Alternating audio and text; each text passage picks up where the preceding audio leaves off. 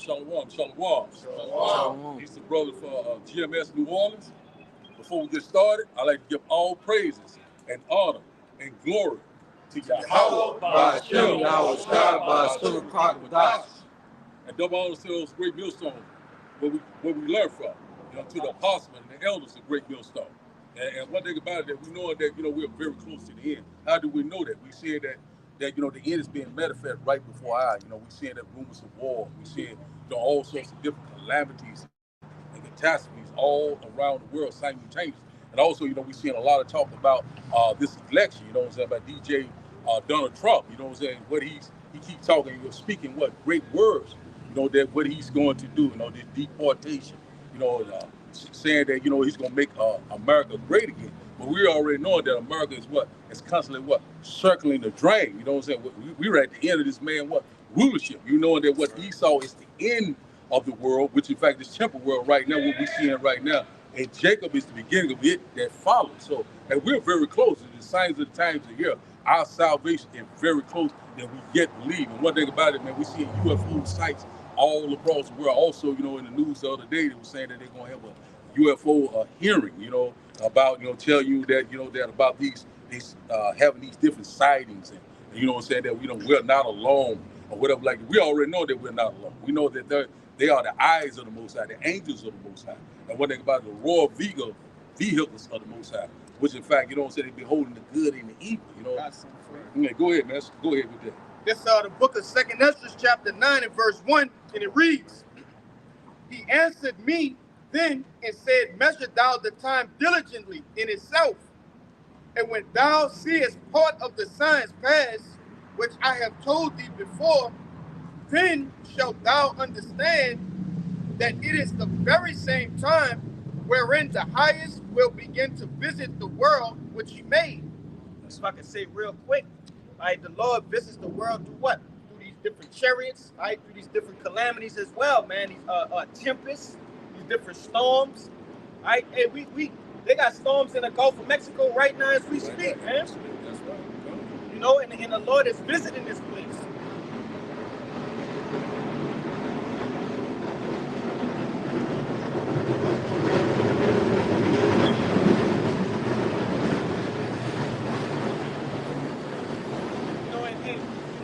The Lord is definitely visiting this place, man, through these different storms.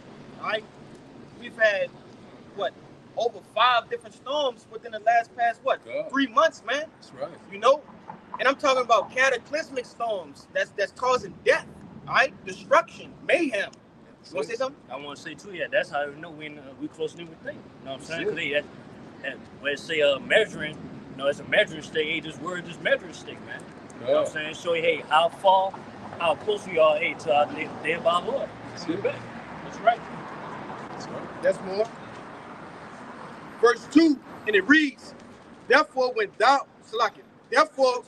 shall be seen earthquakes and uproars of the people in the world, then shalt thou well understand that the Most High spake of those things from the days that were before thee, even from the beginning. For like as that is made in the world, had the beginning and an end, and the end is manifest. You got it? That's right. So we're seeing right now that the end is being manifest. How do we know that? The Lord gave us a guideline in Matthew chapter 24. Rumors of war, earthquakes in diverse places, all sorts of calamities and great catastrophes all around the world, simultaneously. So the Lord is visiting the earth that he created. And one thing about it, you don't know that we're in the end time right now. You are totally lost. And one thing about it, you will be totally destroyed. You know what I'm saying? Go ahead. Hey, man, I was at a common place that we eat at before camp, maybe a couple of days back, right after the election, and the little ladies were in there gossiping, and I was sitting there eating my food, but I can hear them saying that they just feel something in the pit of their stomach, that something is going to happen, They couldn't put their finger on it, they couldn't pinpoint it, but they knew something within their spirit was uneasy. They were uneasy in the spirit, man, and the whole earth is like that, okay? The Lord is gonna come back, man, and he's gonna sneak up on you 2/3 and you heathens as a thief in the night, man. You got it, huh? Yeah, it's just like the brother was saying, they seeing that, they feeling it in their spirit that something is getting ready to happen. You know what I'm saying? That's right. That's like the Lord said in Joel chapter 2, we get that, where the Lord said he's going to pour out his spirit on all flesh. So we see it right now that, that is happening. People, they feel it. They seeing the signs of the time. Whether they're in the truth or not, we seeing that something is getting ready to happen. We see that the Lord, we're in that transition of power. We see that we're in the birth pain.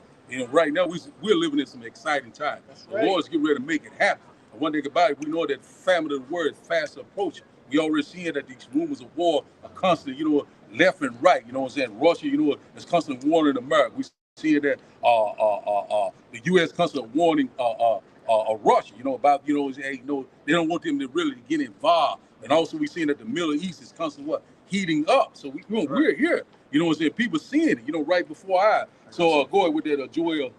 You got something else? No, go ahead. Go what you got. All right. You got the Joel? Yeah. You want to put your one? No, you go first. Right. This is the book of Matthew, chapter 24, verse 6. It's backing up everything you've been saying. All right. And it says, "And ye shall hear of wars and rumors of wars. See that ye be not troubled, for all these things must come to pass, but the end is not yet. For nation shall rise against nation, and kingdom against kingdom. And there shall be famines, and pestilences, and earthquakes in diverse places. All these are the beginning of sorrows." God. So just like I said, these are the beginning of sorrow. The Lord already gave us the blueprint.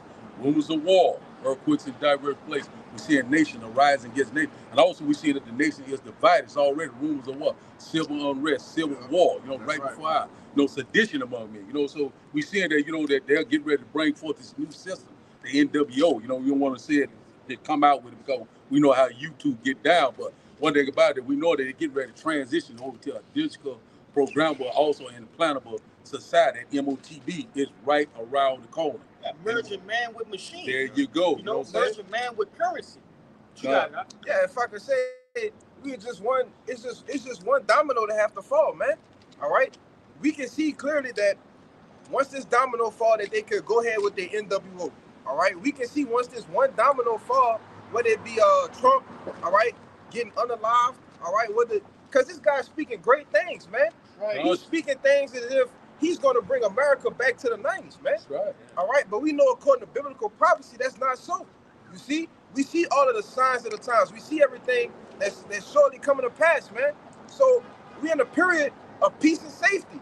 You see, it's peace and safety right now. Yeah. Everybody think everything is going to go back to how it was. No, it said when you see peace and safety, then sudden travail is going to come, man. That's it. Go ahead, bro.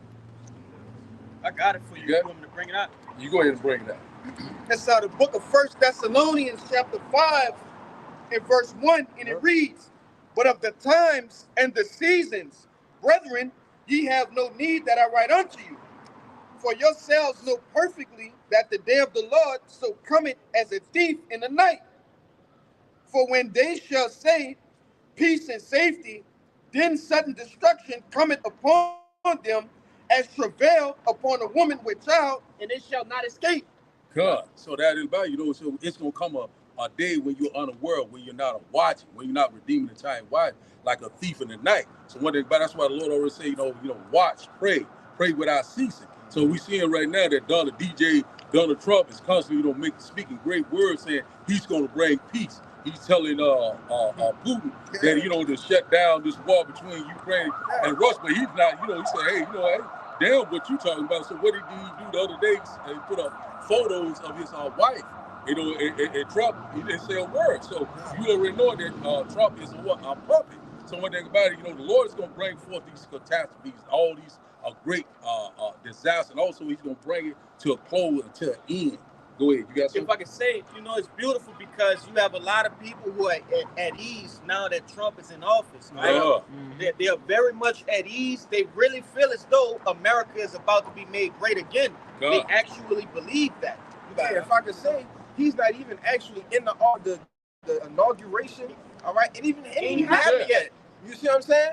And you already had rumors that there wasn't going to be a 2024 election.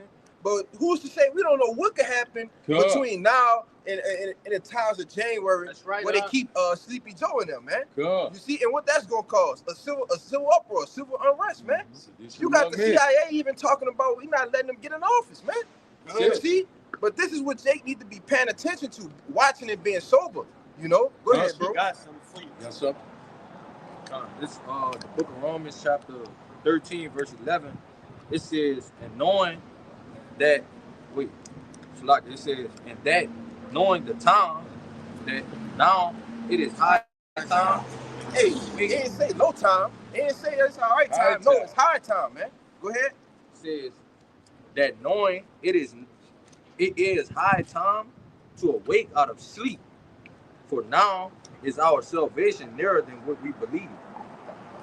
God. So one thing about it is that, you know, it's high time to wake out of sleep, to wake out of that gross darkness, all these lies and deception, you know, and return to your true power. And while he can't be found, so a lot of people right now still are docile. A lot of people are still asleep.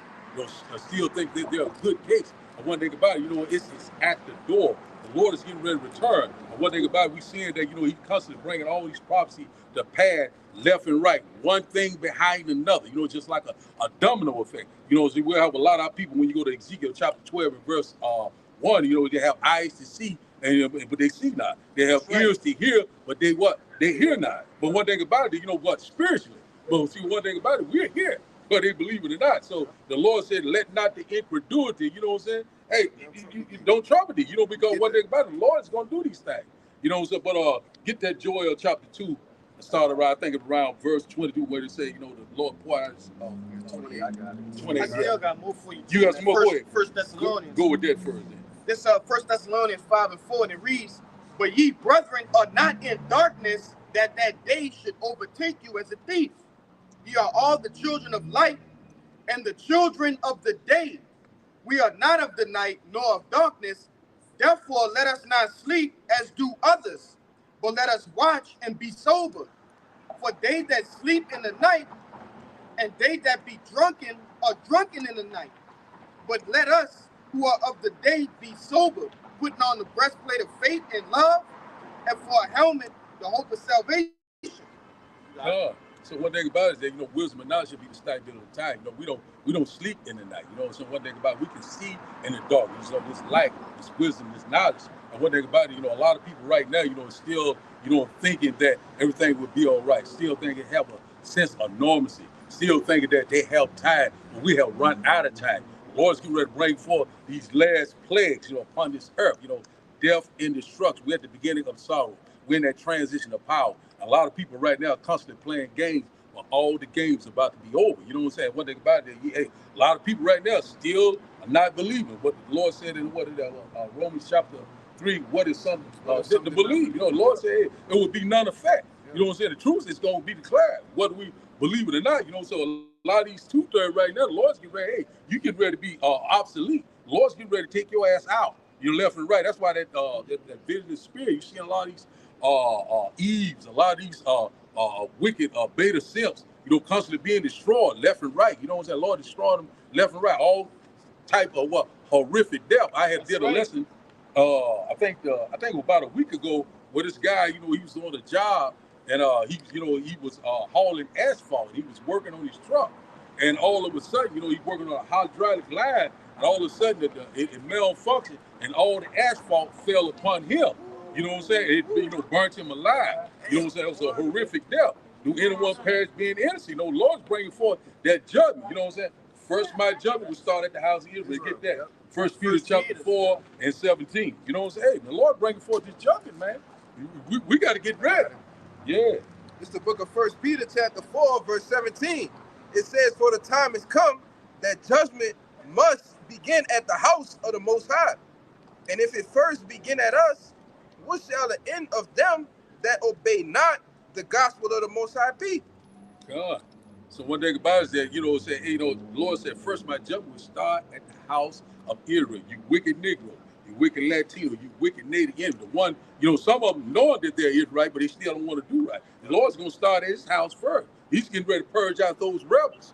Go ahead, yes, sir. Hey, man, those that you know that they're Israelites and are preaching things that are opposed to what? The true doctrine. God.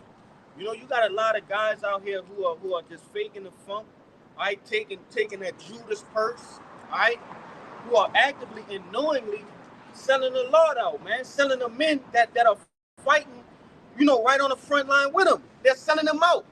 And the Lord is going to get you for that, man. He's going to make a public example out of you niggas, man. And that's why he said he's going to start at us first. God. Right?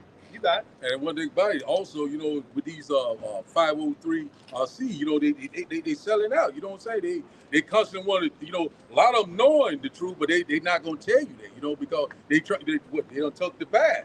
You know, hey, one thing about it, you know, we seeing that we're here, you know, like what in there, Bishop Nate, you know, he's gone right now, you know. But one thing about it, you know, the Lord is constantly bringing these prophecies to pass. The Lord is constantly, you know what I'm saying, is making it plain upon table. You know what I'm saying? It's a matter of fact, right before I. So get that Joel chapter 2 and I think around verse 28. Get that right quick. This is Joel 2 and verse 28. And it shall come to pass afterward that I will pour out my spirit upon all flesh, and your sons and your daughters shall prophesy, your old men shall dream dreams, your young men shall see visions. God, so that's exactly what's happening. So you see a lot of people, like, you watching social media and say they had a dream about America getting destroyed. They had a dream about you know, about the economy has fell. A lot of different things that they constantly see. You know, the Lord said he will pour out his spirit on all flesh, you know, it's in the truth and out of the truth. You know, so right now a lot of people who are very undecided. A lot of people are very gonna have a vexation spirit. You know, they constantly. I think about the fucking job. Yeah, and one thing about it, God, one thing about it, we seeing that right, left and right. Those people are kind of uneasy right now. People right now are divided. You know, a lot of people right now, their tensions is constantly rising, but they seeing that these things are happening, and also they seeing that what Donald Trump is doing. Go ahead. Hey, and also, hey, don't forget to mention this. They are afraid. God, afraid. A lot of these people who have been proud over the years, have spoke bold things, okay, have done things and didn't regard the men of the Lord, man. They are becoming afraid. Just as we seen what? In the times of what? The C-19, man. Yeah. You know? Brothers have accounts of that. These people, they were calling different brothers. Hey, man, what's going on? And you ain't talked to that person in damn near 2-3 years, man. You know? Yeah. But this is the times that we're living in. These are the times. You got it. But if I could say too, just imagine when that famine of the word hit. Mm-hmm. And it ain't gonna be no, oh, let me call such and such and see if they know what's going on. Nah. Phone lines gonna be cut, man. That's right. You know? It's gonna be nationwide blackouts and shit, man. You know? And it's the perfect time. Hey, the Lord doing things all through the Spirit. What we just rolled through here, you know, eyeballing us down, man. A Roman centurion, man. That's it. You see? That's the time we're coming into. All right? Persecution. Persecution. Jake, are you really ready for this? You know? Yeah. Jake think this shit a game. This is real life, man. You know what you're involved in. Like that brother said, these are very biblical times that we're in right now. We in here, man. That's gonna become a reality. All right, when they pull up with 4-5 different trucks hopping out, you know what Jake gonna do then? It's easy to stand here right now and just preach, right? Yeah. It's easy because nobody's coming against us. No adversity. But you got it. Yeah. Yeah. What the brother was saying and stuff like that. We go to what Acts. What is that? Acts chapter 4 and what verse 14. What you talking about? Through much tribulation. Yeah, Acts 14. Yeah. Okay. Is it 14? I think it is. Much tribulation. Yeah, I want to get that right quick. That's 14? Yeah, because that's what we get ready to go into. You got it? Yeah, I got one. Okay, go ahead. Bring that to it. It's Revelation 2 verse 10. Fear none of those things which thou shalt suffer. Behold, the devil shall cast some of you into prison, that ye may be tried. And ye shall have tribulation 10 days. Be thou faithful unto death, and I will give thee a crown of life. That's just back to the brother just saying, hey, it's come point in time where, hey, we're going to be demonized. That's right. Well, hey, man, hey, Esau, you can try to put us in prison. That's it. You know, but at the end of the day, we got to stay faithful unto death. Even need be, you know. And that's also another avenue that the Lord gonna punish these different wicked camps with, man. God. They think this is just a fashion statement. You come out, You got all your memorabilia on, your different necklaces and your, what you call them, gauntlets. Your fucking gauntlets up to your fucking arms. You know? You got the head, Turban. the fucking, all that shit, man. They think this for show. Yeah. But you don't know that you finna get persecuted for that severely. Because you've been made a target, man. All right. For tearing down, you are prophesying literally against this mad kingdom. That's it. As me and the brother went into the lesson, hey man, what we're doing is it's called treason. That's right. All right. For Jake that don't know, go look the word treason up, man. We gonna get that. We gonna You get see? that. Yeah. But go ahead, bro. But see, just like I said, you know, we coming upon that time. You know, they already done set up these FEMA camps, Yep. quarantine station, you know, these chipping stations, you know, so who they're going to put in them? You know what I'm saying? We know that we're very close, you know, so that's coming upon us. So we go to. So like, and so one thing about it is though, you know, we know that we coming upon these trials in time. You know, we coming upon like where it says in 2nd chapter, I think it's around 16 and verse 73. I think it says that, you know, what I'm saying, you will be tried as gold is tried in the fire. You know, adversity, all sorts of calamity. You know, it's just like it seems like you might not even make it out of it. But one thing about it, if you're a part of the elect, you're going to make it through that. You know, you'll be in the secret place of Yahweh by Hashem Al-Shai. So you're going to be tried. So one, get ready to try you. You know what I'm saying? You get ready to go through things that you have never seen before. You know what I'm saying? When you go to Matthew chapter 24 and verse, I think, 22, 21 through 22. You know what I'm saying? A time of trouble that we've never seen before. That's why the Lord is constantly accelerating time. He's speeding up time. Because we already know that what this devil is getting ready to do. When you go to Revelation chapter 12 and verse 12, the devil is getting ready to come down with great wrath. You know what I'm saying? The modern day so-called white man, the red man of Genesis chapter 25 and verse 25. You know what I'm saying? You know what I'm saying? The first one came out red, not white, red. One thing about it, that's where we at now. He's getting ready to use that sword in a big way. Anyone got something? I got the Acts. All right. This is the book of Acts, chapter 14, verse 22. It says, confirming the souls of the disciples and exhorting them to continue in the faith that we, all right, I mean all of us together, through much tribulation, into the kingdom of our power, man. I'm telling you. So one thing about it, that you're going to go through it. You know, so what's that false doctrine we talking about? You know, the one that left behind, we getting raptured up. That's no such thing. We all gonna go through it. And one thing about it, the only elect we're gonna make it out of here alive. You know, say, go ahead. Hey, the cut to that. You want to say something? No, I was gonna say even some of the elect gonna have to suffer the same fate as Yahweh. That's it. All right, as the apostles of old, man. You see, this is part of counting the cost, man. All right. Just for the testimony of Yahweh, some of the men standing here might be beheaded, man. Right. This is something you got to consider, Jake. You see, when thou come to serve the Lord, prepare our soul for temptation. You see, these things you have to consider. That through much tribulation, we're going to enter into the kingdom, man. The scripture in Matthew, when it say, hey, the servant is not above the master, hey, that cut that easily. How you going to get raptured? Ain't nothing happened to you. You ain't go through no straits. You ain't go through no straight gate. None of that. You just get raptured? No, man. What that is? Whatever. Okay. Let's get Isaiah chapter 53 and verse 1. Who have believed the report? You know what I'm saying? That's the one that's going to be saved. Who believed the report? That brother got the definition of treason. Oh, go ahead, man. Go with that. Come on, Bob. Come on. All right, this is the definition for treason. The offense of attempting by overt actions to overthrow the government of the state to which the offender owes allegiance, or to kill or personally injure the sovereign or the sovereign's family. Hey, and that's beautiful because what? You have some certain people that actually think that you can overthrow the government. Which we understand that this devil had a power in his current kingdom. This is his kingdom. We're not into physically overthrowing this guy. Okay? That's why I tell you in the book of 2nd Thessalonians, the 2nd chapter, hey, this word is what's bringing this devil down. This word, I forget what it's in.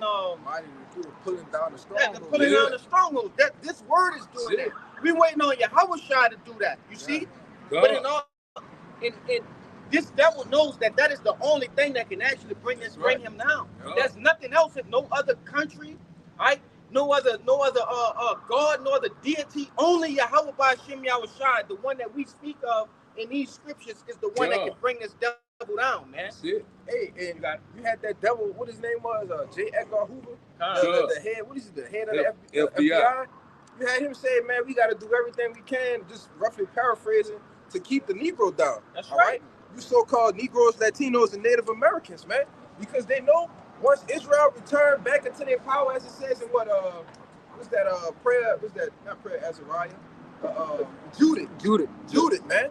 Once Israel is at one with their power, hey, who could be against us, man? Could be against us. That's it. You see, in the same, if I could say real quick, in the same times of the Acts of the Apostles, all right, it said, "Let us alone, leave us alone, for if this work be of the Most High, it ain't gonna come to naught. But if it's not of the Most High, it's gonna come to naught, man. So it ain't nothing he could do about it, you know." That's Go right. ahead, bro. I got the Isaiah 50. Let's get the second Ezra chapter 6 and verse 27. You know, to go along with Kyle, you were saying what you were saying. You know what I'm saying? He was getting ready to be put out. You know what I'm saying? The last okay. Yeah. But see, one thing about it, though, we seeing right now, you know, we're here. You know, we seeing right now things are getting ready to what? To break loose. We know that all hell is getting ready to break loose. Now, how do we know that? You know, tensions are constantly rising. 27. Yeah. Second Ezra chapter 6 and verse 27. Yeah. That's one of my favorite. This is the book of Second Ezra chapter 6, verse 27. It says, "For evil shall be put out, and deceit shall be quenched." Keep going. It says, "As for faith, it shall flourish. Corruption shall be overcome, and the truth, which had been so long without fruit, shall be declared." God. And when it's like it. Verse 29 says, That's it. But one thing about it is that we seeing right now, evil is getting ready to put out. You know what I'm saying? All the lies and deception, all the gross darkness, you know, through this wisdom, this knowledge, you know, being a Lord in the highways and byways, you know, making these epistles, you know, 24/7, 365 days of the week, through the unicorn, through the, you know what I'm saying, the internet, you know, it's constantly going out. You know, we constantly exposing this devil, left and right. You got something? And who it all started with, man? It started with Abba Bivens, man. That's right. Yeah, John. Yeah. Hey, they gotta, you know, do their history with this time as well, man. That's it. That's when that truth that had been so long, what it said, without fruit. You see, that's when the truth started to bear fruit. That's it. Right? That's it. When Abba Bivens came on the scene, okay, and then it trickled down years later, decades later, all the way down to us, man. To us. That's fruit. The fruit. You see? That's right. And through the words of you know, these beautiful apostles that have taught us, man. Man, you know, all through the power and spirit of Yahweh Shem Yahushua, evil is being quenched, man. You got it. Yeah, just like you said, you know what I'm saying? You know, just like, you know, Abba Bivens, it all started with him. What is that? That's right. Malachi, 4? You know what it said that Elijah would come? That's right, man. Yeah. So we Elijah the prophet before the day of the Lord. Yeah, that's right. So we know that we're here. So we know right now that, you know, these things are getting ready to pop off. You know, we seeing that right now. You know, DJ Donald Trump is constantly speaking great word, talking about this deportation, 1 million, I think a year. I think some report was saying 11 million, but we're gonna see how they turn out. Hey, just to think about it, what if they ain't ready to go? That's what I'm saying. What if the northern kingdom that came over here? What if they don't want to go? It's not gonna happen. You know what I'm saying? You already talking about they got MS-13. It's cartel leaders here. Venezuela gang. Why y'all talking about that? They just popped up. You got something? Yeah, look. What they say? Bring it up. Oh yeah. Yeah. I'll read it real quick. This from Yahoo News. November 15th. This was yesterday. This from yesterday. It says migrants. Appreciate you, my man. Thank you, sir. I think he said muted for that music. yeah. But it says from Fox News, it says migrants armed with loaded AR-15 attack. Migrants armed with loaded AR-15 attack police in Deep Blue City then are released. So you talk about Send them Setting the back stage. home, man. Come You know on, what I'm saying? man. They setting the stage, you know, for what? For civil war, civil unrest, sedition among men. That's exactly what they want, this order out of chaos. Also, had a report by Patrick Humphrey.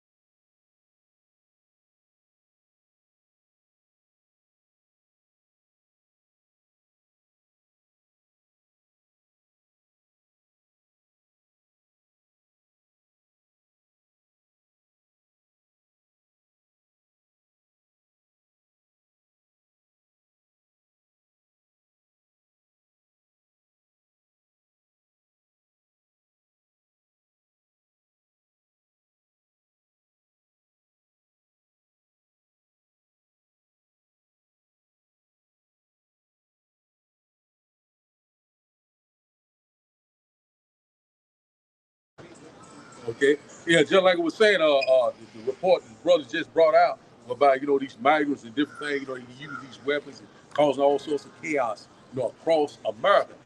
And what they about did a report, a lesson the other day about Patrick Humphrey. Said that these Venezuelan migrants was in Tennessee. They causing all sorts of type of crime wave. That's what they want to do. They're always talking about this human trafficking.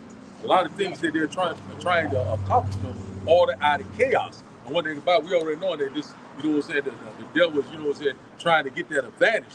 What is that advantage? Total control. NWO. Bring forth this new digital society. Which in fact is gonna be dealing with. It shall go to your right hand or your forehead. Buying and selling. So we know that that's coming. So one thing about it, they got to bring down this old system to bring forth this new system. But they are imagine a vain thing. So we constantly seeing these games all across the world. One thing about it, we already know that Biden let them in. Now all of a sudden, now DJ Trump, he's the what's called the president-elect. He's not has not been inaugurated yet, but he's saying that he's going to get them all out. But we already know this is all by design, a part of the playbook. And also, we know about, he keeps denying it about Project 25. That, he don't have anything to do about it. We already know that's against the people of color. Jacob's trouble is at the door. Someone got something? I got a quick point I wanted to make, with 2 points on which y'all was bringing up. The one about the migrants, they went as far as to say it's not just the first generational. So not just the people that crossed the border, but also the people that been here already. That's right. So say somebody grew up here 15, 20 years. If your parents came here illegally, they going back and you going with them. So those people are not going to go peacefully. And another thing is about when you brought up about DJ Trump being inaugurated, they said they had a video with Nancy Pelosi, and she was like, we finally got him. We finally got him. And we're going to get him for trespass. That's what we're going to get him for. So when they brought up all those charges on him, that's why they brought it up. And they've been having it tucked away like a little loaded gun. Yeah. So they could use it before the inauguration so he won't even get in. God. So one thing about it, just like the brother said,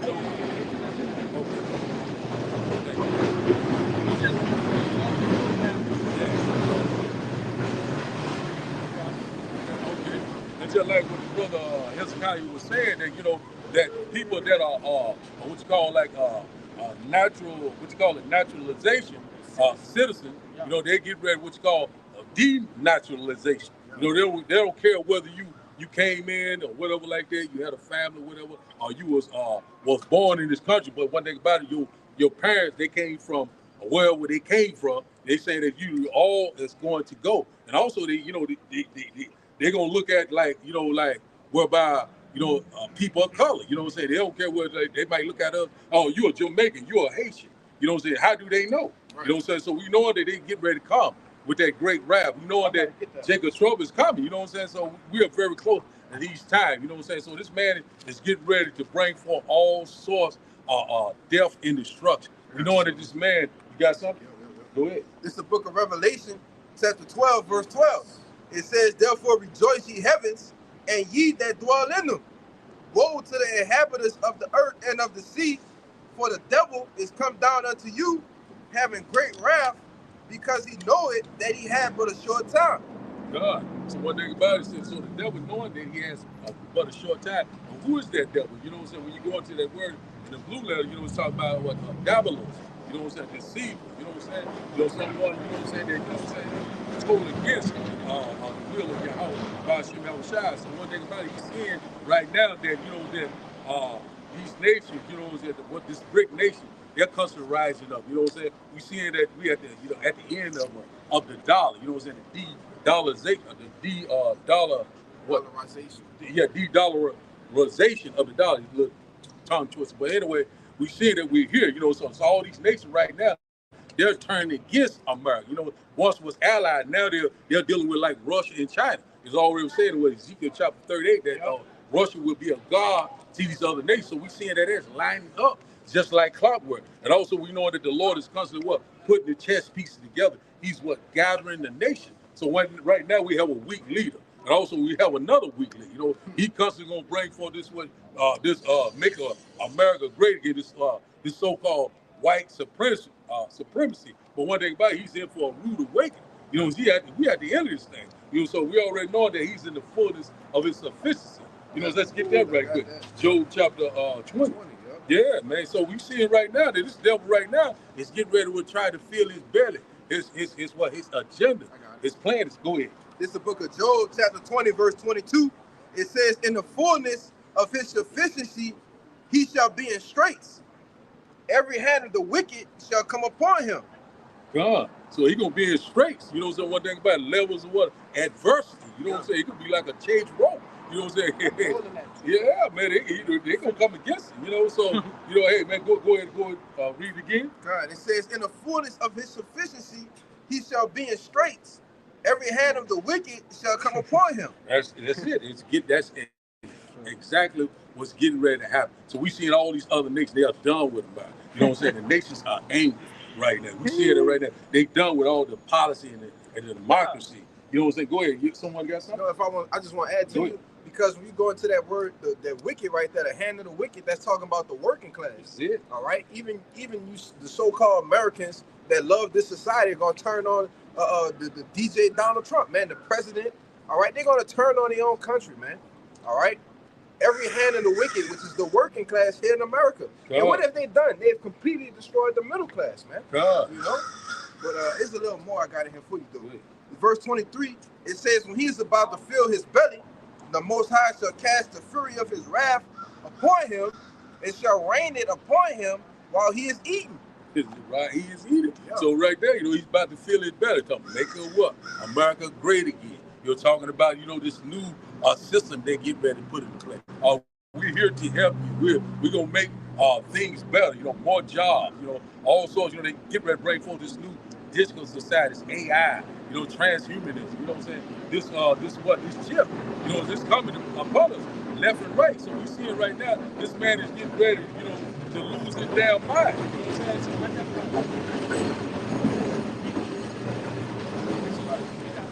Yeah, but so one thing about it, so he's getting ready to fill his belly. So we already know that when Trump get in office, he's talking to, you know, he keep denying this 2025 project. When you get a chance, look it up. It's totally against the people of color, the Negroes, the Latinos, and the Native Indians. You know what I'm saying? So we already know that we're here. One thing about it, he's constantly, you know, imagining a vain thing. We know that we're very close. Go ahead. Y'all about to say against the prophets too. Yeah, against the prophets. That's it. Ultimately, that's it. That's right. Because the average so-called nigga, man, he's not a threat. He's already trodden down. That's it. What more can he do? Nothing. You made a good point, huh? You know, you was going into how these devils want to make, you know, America great again, but how are they going to ultimately try to do that? All right, following up with that Job 20, man.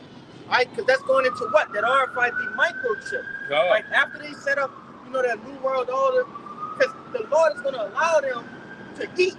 That, if I can add to you real quick, that is going to be the NWO. That's right. That's going to be the order out of the chaos.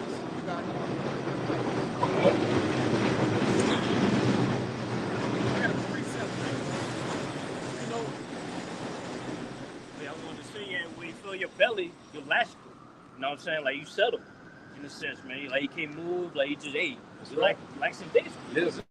Relaxing in your leaves. Yeah. That's it. So basically, what they said the NWO, they relaxing. You know what I'm saying? They think they good. They good. That's what Law gonna catch them out. See everything coming to pass. Yeah. Yeah, but one thing about it, that we see it right now that, you know, we know that Trump's, you know, he's getting ready to bring forth all this chaos. You know, I believe that, you know, through the spirit that this man is gonna be the NWO president. You know what I'm saying? Through the spirit of power. How about we know that he was not elected, he was selected. We already know that. You know, anyone got this something? Yeah, if I gotta add to you, so like if I can add to you real quick, you know, which we believe through the spirit that this guy is Nero, all right, coming back in the spirit, man. All right, when you look at the things, all right, you get some own time, do some research on the things that Nero did, all right? One of the main things that he did was persecute the Israelites, man. Mm-hmm. You see? He was one of the main reasons that the men who was kind of lost my train of thought. But go ahead, bro. Yeah, he was the main reason why, you know, that like he blamed it all on the Israelites. You know, the city was on fire. Yeah. If I can remember that the city was on fire, he blamed the Israelites for that. Yeah. So what's getting ready to happen this time? So when it's go to circle and drain things and not working out his way, he gonna what? To blame at us. He gonna put it on us. Trump you know already doing it, huh? He pro JOO, huh? That's Trump. it. Yeah. Well, that's what's next. And you know, he said, well, there's these prophets. Yeah. You know, that said there's going to be a war in the Middle East. I think he calls prophets of doom. Oh, he did say that on one of those clips. Yeah. But so we see that we're here, so we already knowing that this man right here, you know what I'm saying, if the Lord don't shut it down, you know what I'm saying, there will be no DJ Trump. You know what I'm saying? And we know that no flesh will be saved alive. We know this man get ready to use that sword in a big way. His technology, you know, his blessing.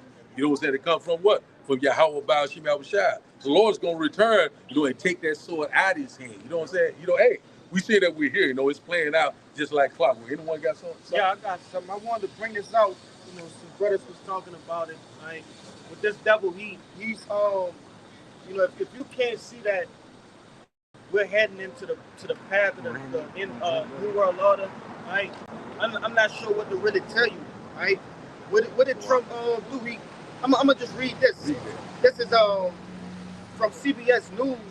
It says what to know about Trump's Department of Government Efficiency, led by Elon Musk.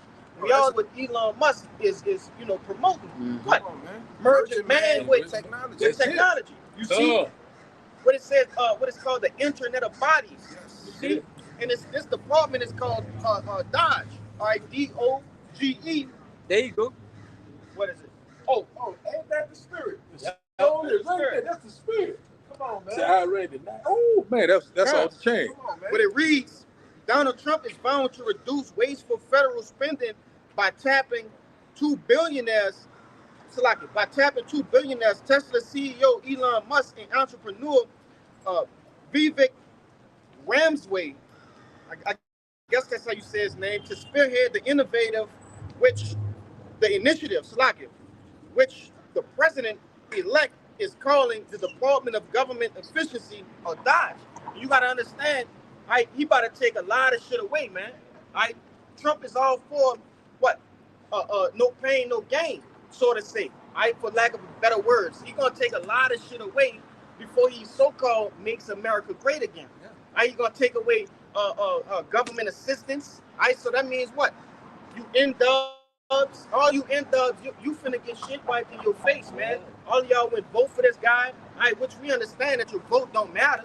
But ultimately, he's finna actually embarrass you. You see? He's about to take away a lot of shit, man, in order to do what? Set the stage for the New World Order. No matter if he's leading it or not, because you know they say with the Simpsons and all this, you know, predictive programming shit. It don't matter. It don't matter. It literally don't matter. That's it. That doesn't really matter. You know, they gotta do what they told. That's it. But this is, you know, to back up that Job 20. This is the book of Psalms, chapter 21. In verse 9, and it reads, "Thou shalt make them as a fiery oven in the time of thine anger. The Lord shall swallow them up in his wrath, and the fire shall devour them. Talking about what? The nuclear missiles, man. All right? Verse 10. Their fruit shall thou destroy from the earth, and their seed from among the children of men. Now, who did the Lord destine that to? The one and only nation. Esau, Edom. You see? All right, now this is the point. Verse 11.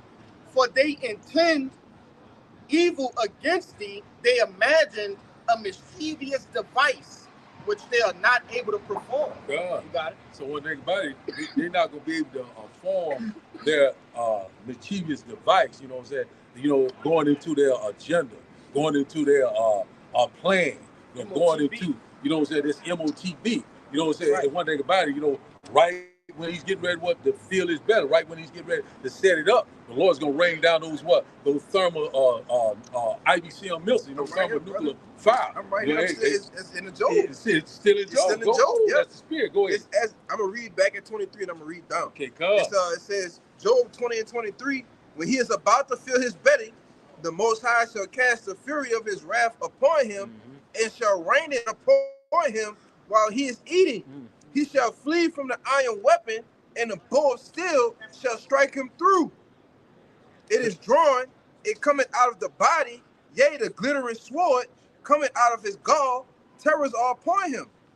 God, yeah, but see, that's like, you know, that's describing that these missiles gonna come out of those silos, you know what I'm saying? And one thing about it, you know, they're not gonna miss their mark. You know what I'm saying? One thing about it, you know, Lord is gonna be, you know, gonna have the spirit on these IBCM missiles, which in fact is the indignation of Yahweh, that righteous anger. You know, the Lord's getting ready to bring this place to a close. You know what I'm saying? The Lord's getting ready to destroy this place. There will be no inhabitant left here. This is going to be the what? The lake of fire, the second death. You got it? Yeah, I just wanted to say this because in that Job it says that while he is eating, right? A lot of you niggas will get chipped. You see? A lot of you niggas gonna get chipped, all right? You're gonna be drug into concentration camps, right? And you're gonna take that goddamn chip for little or nothing. Just a small amount of pressure will be applied, right? And you niggas gonna take that chip. And that's gonna get a law to what? The justification to do what? Oh, I got it. Hey, got it, brother. Y'all got it. I'm just a messenger. Yeah. That's all. All right, it's Revelations 14, verse 9.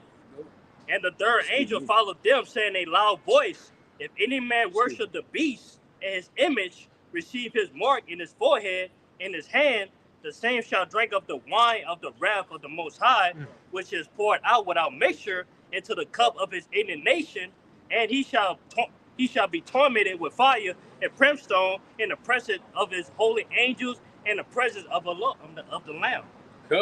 So one thing about it, so you already know if you take that grain of rice, you know what I'm saying, you go ahead and suffer that, you know what I'm saying, that last indignation of Yahweh, that second death, which in fact is the lake of fire. The Lord said, do not take it. Trust and believe in him. And one thing about it, we know that these 2/3, they're going to trust in what? The strength of Egypt. They're going to trust in this, what you call this universal high income. They're going to trust in whatever these lying wonders. You know what I'm saying? Oh, I'll take it. You know what I'm saying? This is not this. That is not that. You got something? Look what they did with the jab. God. They went ranting got the jabs. Yeah. Once they started closing off the restaurants, man, I know people personally that went ran and got it, man. Once they started couldn't enter, you can't go here without it, man, they went ran and got it. The slightest amount of pressure. The smallest amount of pressure, man. Yeah. 3 of them. They got all 3 of them, man. Yeah. What did they say? You know what I'm saying? I don't want to lose my job. I got to feed my family. You know what I'm saying?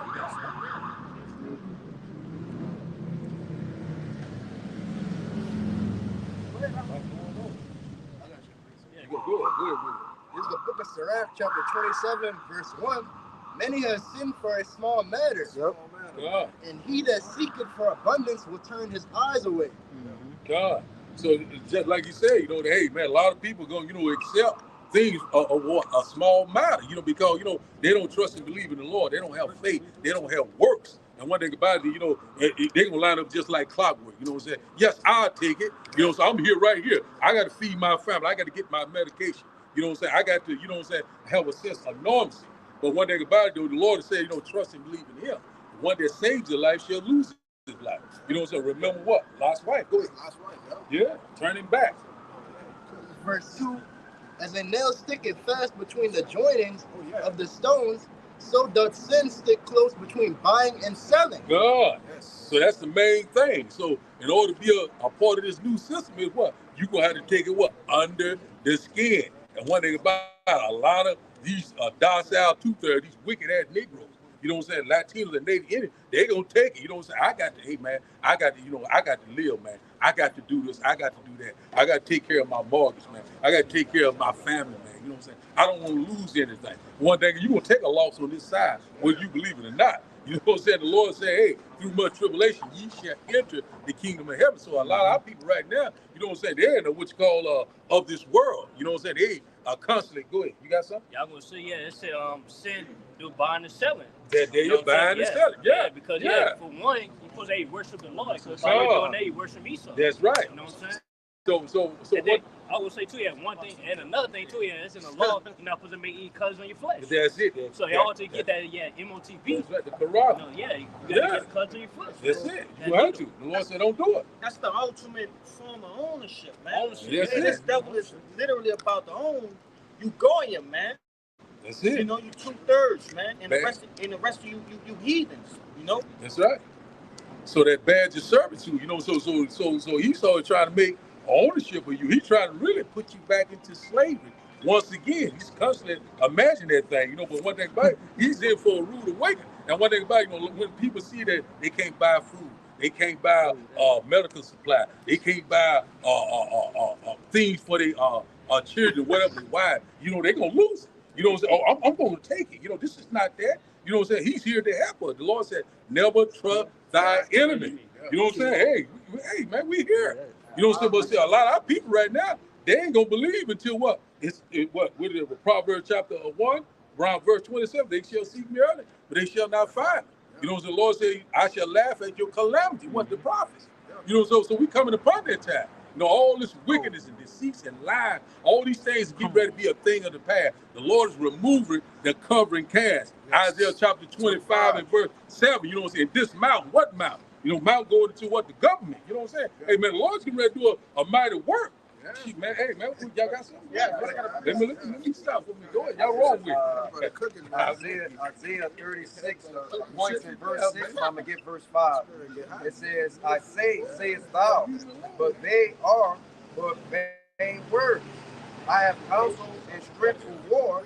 Now on whom doest thou trust, that thou rebellest against me? Lo, thou trusted in the staff of this broken reed on Egypt, whereon if a man lean, it will go into his hand and pierce it. So is the Pharaoh, king of Egypt, to all that trust in him. So hey, look, it's going into getting the MOTV, and what our people are going to trust in Esau Edom's the beast system, right?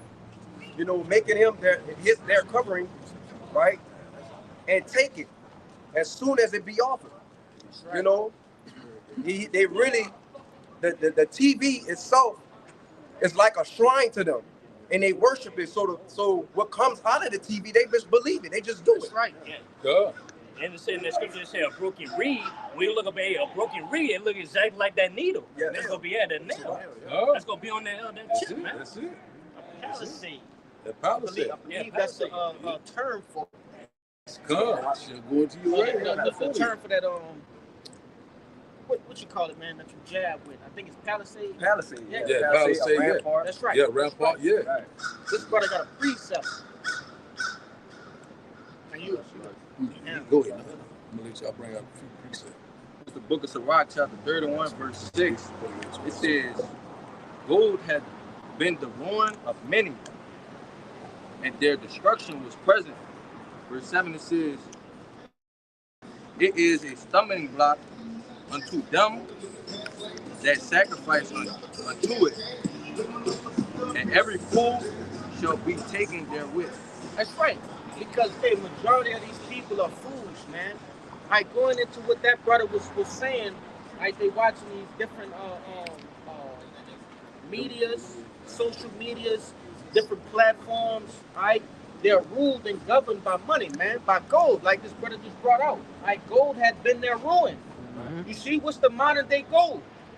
That RFN note, how you say it? FRN note. Yeah, that FRN note, man, that Federal Reserve note. That little piece of paper that's in your pocket, man. That has been the ruin of many. You see? This. That's it. You know? Go ahead. And this shit don't hold no value, man. That's right, man. It's a fucking piece of paper, man. These goddamn devils have manipulated the money into what people are killing over paper, man. That's right, man. You see? It has no value. Go ahead, how much more when it's taken away? You see? Because right now in this present day and age, money is the thing that gives certain people leverage in this world. Right? So when everybody's put on an even playing field, what's the last thing that's gonna come into play? Brute strength. Okay? That order out of chaos. When it be chaotic, that's when this devil gonna swoop in and say, "Oh, I have the perfect remedy for this situation," and that's gonna be that grain of rice, man. Lawlessness. You know, or that brain chip. Right. The scriptures talk about the man that wandereth out of the way of understanding. Yeah. You know, shall remain in the congregation of the dead. But also a rich man that doesn't have the knowledge, wisdom, and understanding. He's like a beast. So what you're about to see from the people is that they're like beasts. They're about to literally have animal instinct. That's right. They're gonna go back to a primitive nature. That's what they're gonna do. You know. I'm gonna grab that in a second. That's just 16. I got something Go ahead. What you got? Ezekiel chapter 7 and verse 19. Let's get that right quick. Ezekiel chapter 7 and verse 19. What about to get it for you? Okay, come. When you got it before I get it, you can No, grab it out. good. I'm about to get it in a second. I'm 16. 15 slot. I was saying 16. Okay, and I'm gonna let y'all bring over. Yeah. It's all on you, brother. Your page. 7 and 19. Yeah, 7 and 19. This is the book of Ezekiel, chapter 7, verse 19. It says, "They shall cast their silver in the streets, and their gold shall be removed. Their silver and their gold shall not be able to deliver them in the day of the wrath of the Lord.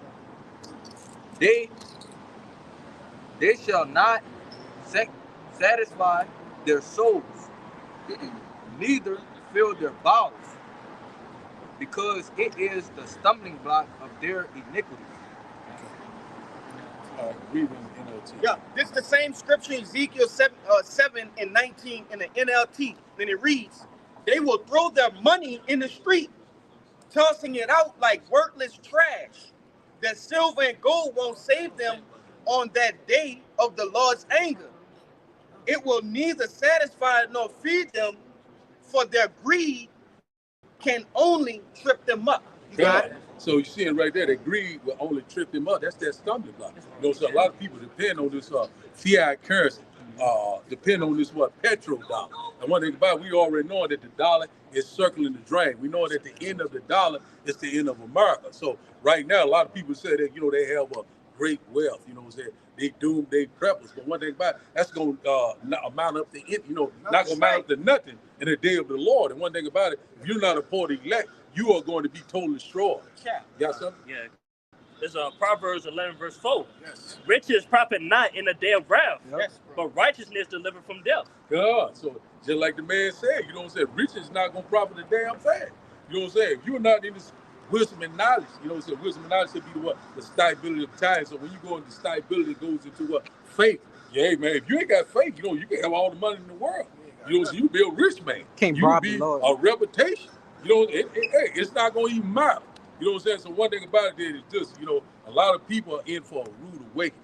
You know, they think that, you know, I have this doomsday bunker. I have this whatever. You know what I'm saying? It's not going to mount up to a damn thing. Because one thing about it is that, you know, you're not on the Lord's side.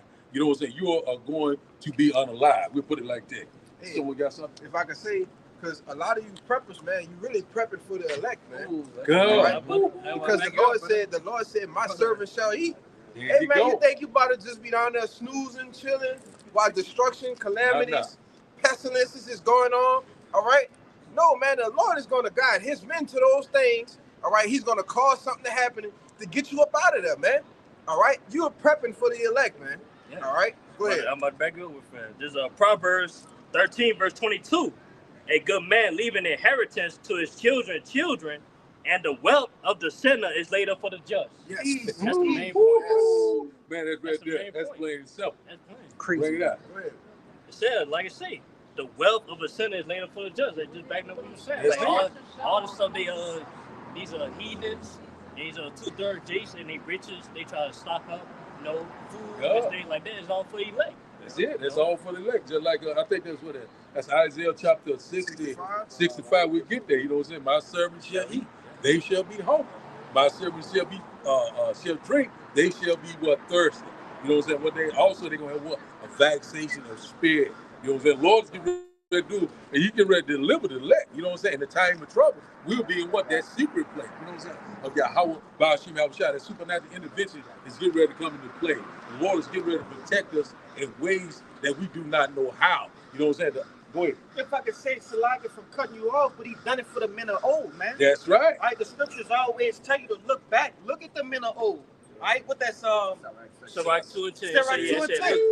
Look at the generation of old. See, at the end of the been confounded. That put that trust in them. Daniel and the lions den, bro. Many others. Just many others. All right? Hey, the man's there, but Elijah. That's right. We got fed by a raven. Like a whole bird just fed him bread, man. Man, it's finna get real unrealistic, right, in our world. And I'm gonna say that because we haven't had the chance to see all of the different miracles, right, that the prophets have been, a part of, as in the scriptures. Because in our mind, that's unrealistic right now. But we understand that it's true. We're gonna actually be a part of those things, Lord willing, right, that we're of that number. Okay? We're finna see this in Braille, man. You better see in it. 3D. Yeah. God. That's balance. That's balance, bro. And as long as about being a major destruction, that's about right. being a major miracles, man. That's right, man. Yeah. Men are gonna get spiritual powers, okay? You're gonna have chariots defending men, all right? Hey, the Lord is actually about to, the Lord is about to show His strength, man, His glory, His majesty, okay? The power that He has, all right?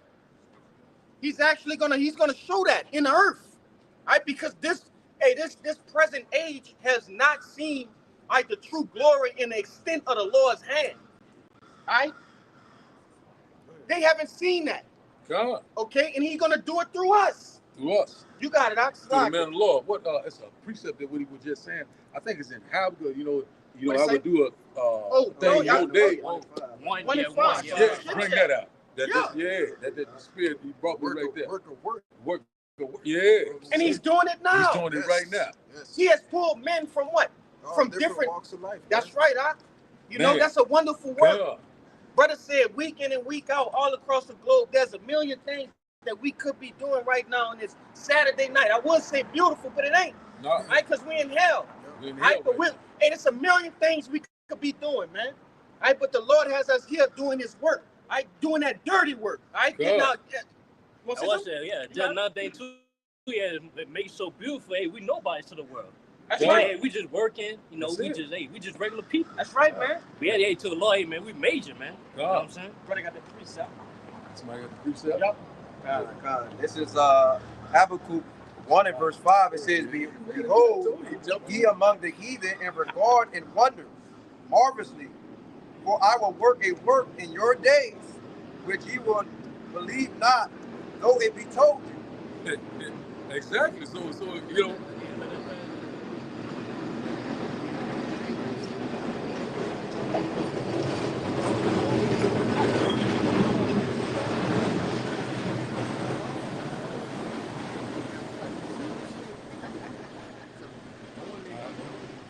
God, read it again, Hezekiah. Read it one more time, Hezekiah. Hey, wash them bad. Oh, come. God. Read it one This more is time. Habakkuk 1 and verse 5.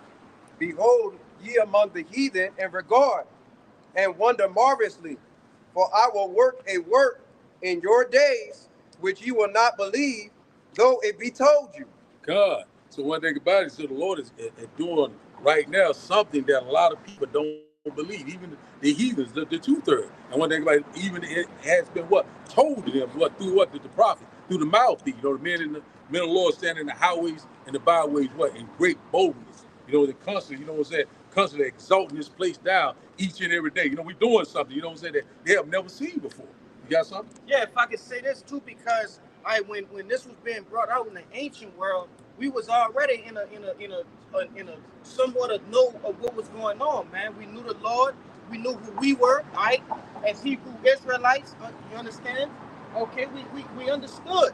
You see, but hey, you know, the men of ancient are hearing these different prophecies that the Lord is telling them, and it's like, no, we're gonna be like that. We're gonna be, you know, that low. And then you gotta understand, back then we were here, right? But now we're here at the bottom.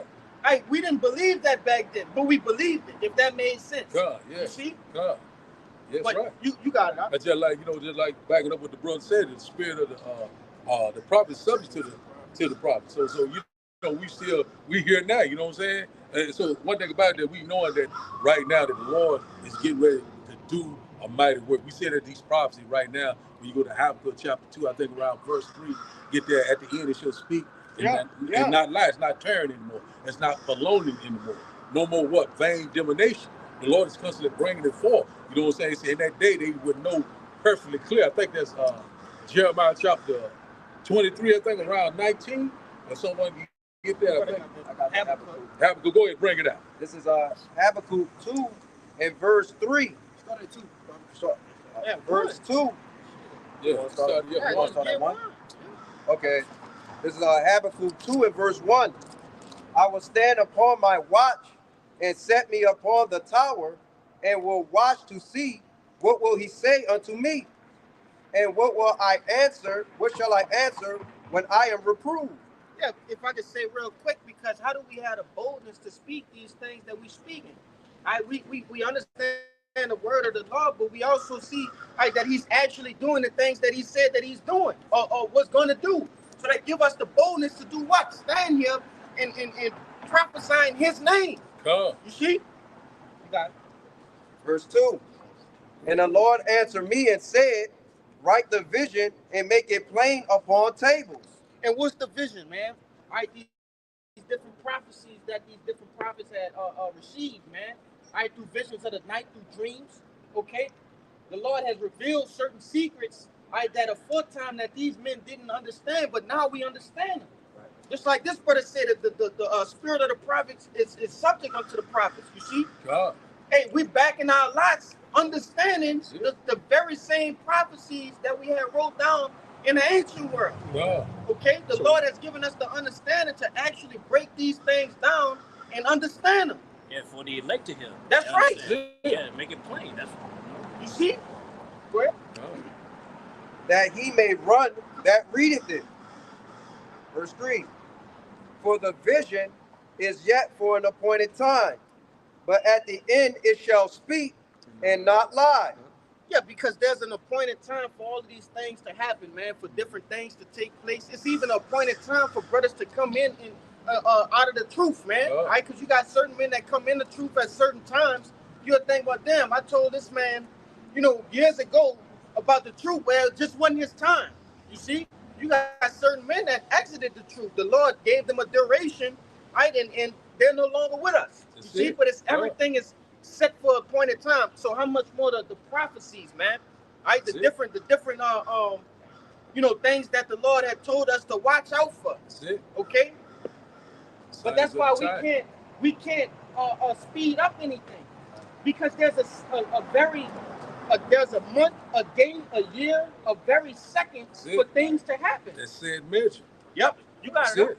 But just like I say, you know, we seeing that we're here. You know, we knowing that, you know, the signs of the times. We know that the prophecies are speaking loud and clear. You know, at the end, it shall speak and not lie. They're not prolonging anymore. They're constantly rolling just like clockwork. You know what I'm saying? We see it with our own eye. The end is being manifest. You know what I'm saying? Give me Jeremiah chapter 23. I think it's around verse 19, if I'm not mistaken. When you read it, I know what you hear.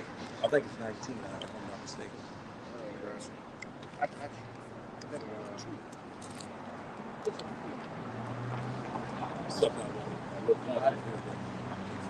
Jeremiah chapter.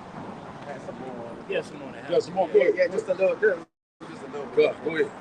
And it says, though it tarry, wait for it, because it will surely come, it will not tarry.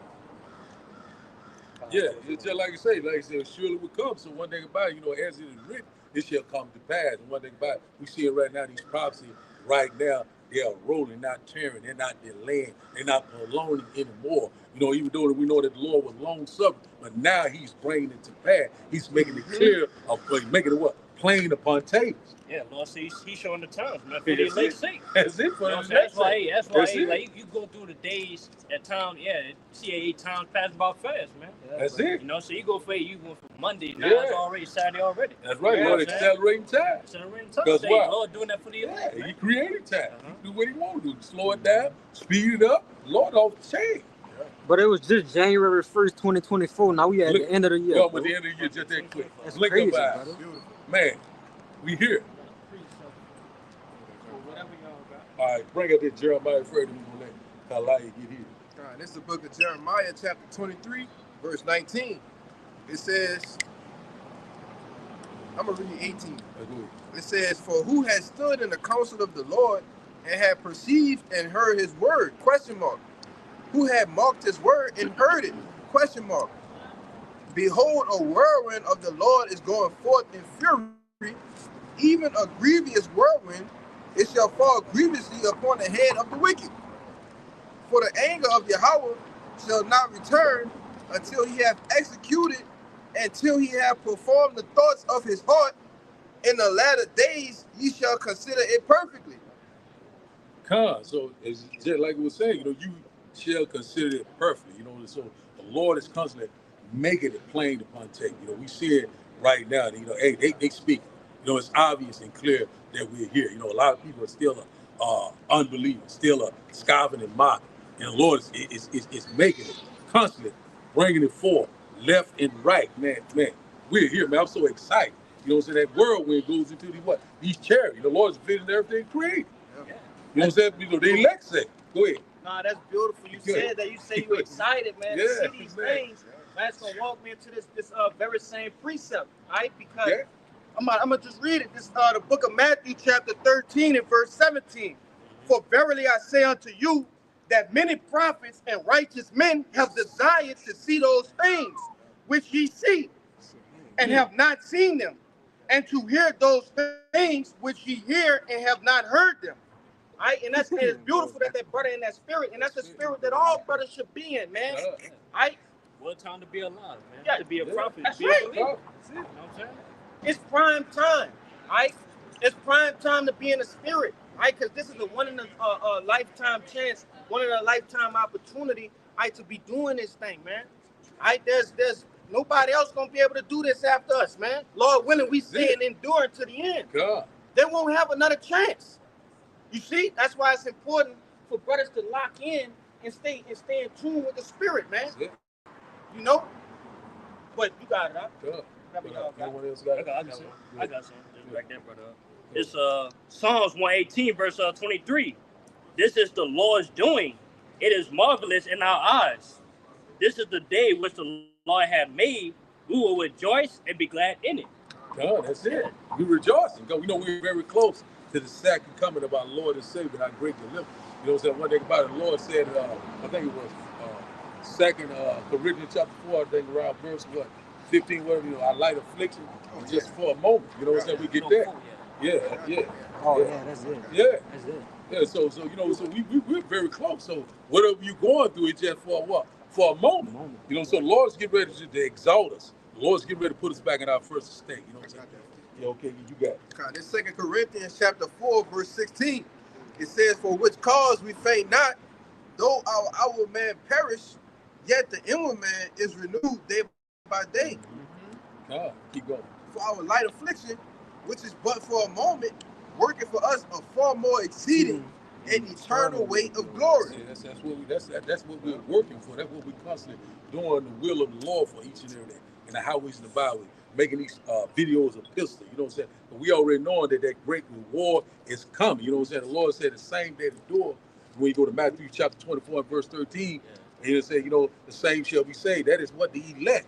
You know what I'm saying? You know what I'm saying? Even though we're suffering right now, we're going through all sorts of adversities and different things, you know, elements that we're dealing with. But one thing about it, you know, our eyes is on the prize, which in fact is the kingdom of heaven that dwells in right. So this just for a moment, you know what I'm saying? We're gonna look back at this in the kingdom and say, hey man, we're gonna laugh at this. You know what I'm saying? So Lord, he's getting ready to exalt us, you know, immortality, rulership, spiritual power is right around the corner. Go ahead. Yeah, it's rigged, man. Like the hopefully, like, hey, they're gonna win. That's it, man. You know what I'm saying? Hey, it's rigged, man. I wanted to say just really quickly, you know, through the spirit and power of Yahweh Shema Shai, we be of those men, that there's an untouchable that's touching you. So it's keeping you from out of dangers and perils and certain tribulations. And what's gonna happen is Esau is gonna come and touch the untouchables. And that's gonna send for Yahweh Shai. Yes. There you go. Yes. Hey man, when Esau start touching the Lord's anointed, man, hey man, you can close the book, man. You could cancel Christmas. Cancel Christmas. They got that one precept that tell you, all right, we the apple of the Lord's eye. And the brother Kayab, Zechariah 1, a long time ago, he told me to go search up what that word apple is, and it's pupil. Yes. All right, hey, you brothers didn't touch the white around your eye, and that's likened unto the 2/3 of Israel. They like the white. Yeah. If you try to touch that dark part of your eye, You can't touch you that. can't touch that. You see? Close, Yeah, it's gonna close. It's gonna water up. It's gonna be a discomforting feeling, and that's just like, you know, like backing up what you brothers are saying. Once they start to touch the elect, then it's all going on. But it's saying in that same chapter, the Lord is sore displeased with the heathen. That's right. Yeah, also so displeased, man. You know what I'm saying? Somebody grab that. Bible says, What that? Zechariah 1 and Bring 15. it out. Yeah, I'm gonna say, man, we all say we are Lord's little ones, man. And we all shall say about his little ones. It'll be better if a great millstone hit you, man. That's what you say, great Tie millstone. it to your ankle, and I don't want to paraphrase. It's Matthew but it's 18 and heavy. 6. Matthew 18 and 6. World, that suicide, do the job, kill yourself. Yeah, that's right, man. You know, the Lord basically said, if you touch one of them, go ahead and kill yourself. Go find a tall cliff and jump off. That's cool. Yeah, we gonna wait for that. Yeah, Get that. There's Matthew 18, verse 6. But whoso shall offend one of these little ones which believe in me, it'll be better for him that a millstone would hang about his neck, that he would drown in the depths of the sea. That's a Jake saying that, man. Come on, man. Ain't no Edomite thinking of no shit like that. That's Jake saying that. That's your shot, man. Come on. The original Jake, you know? That's right. The only begotten. You know how Jake is with brother, man. You know what I'm saying? He ain't touch the right his own, man. It's over with. I'm about to see what that's saying in NLT, man. Come on, bro. Yes, indeed. That's wild, bro. And then to have other heathens, man, all right, actually touch the apple of the Lord's and the pupil of the Lord's eyes, man. That's right.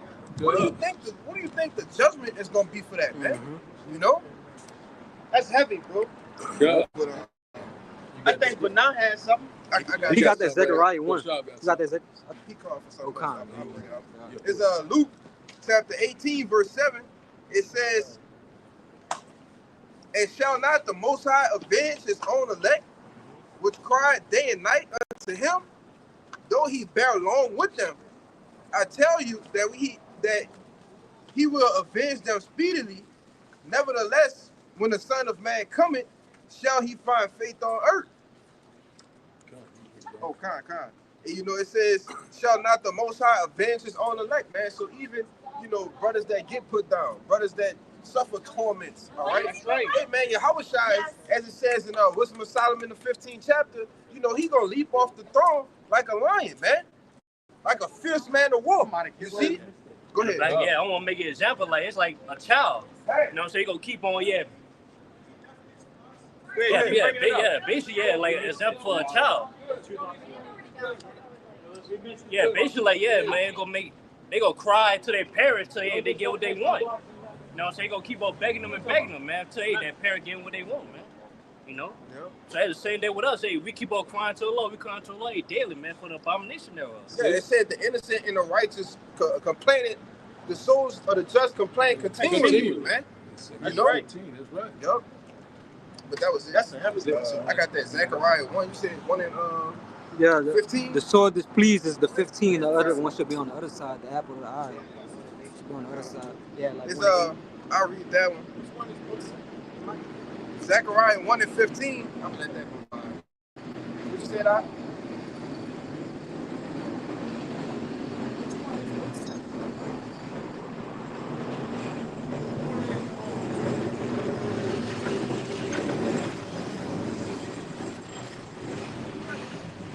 I don't know.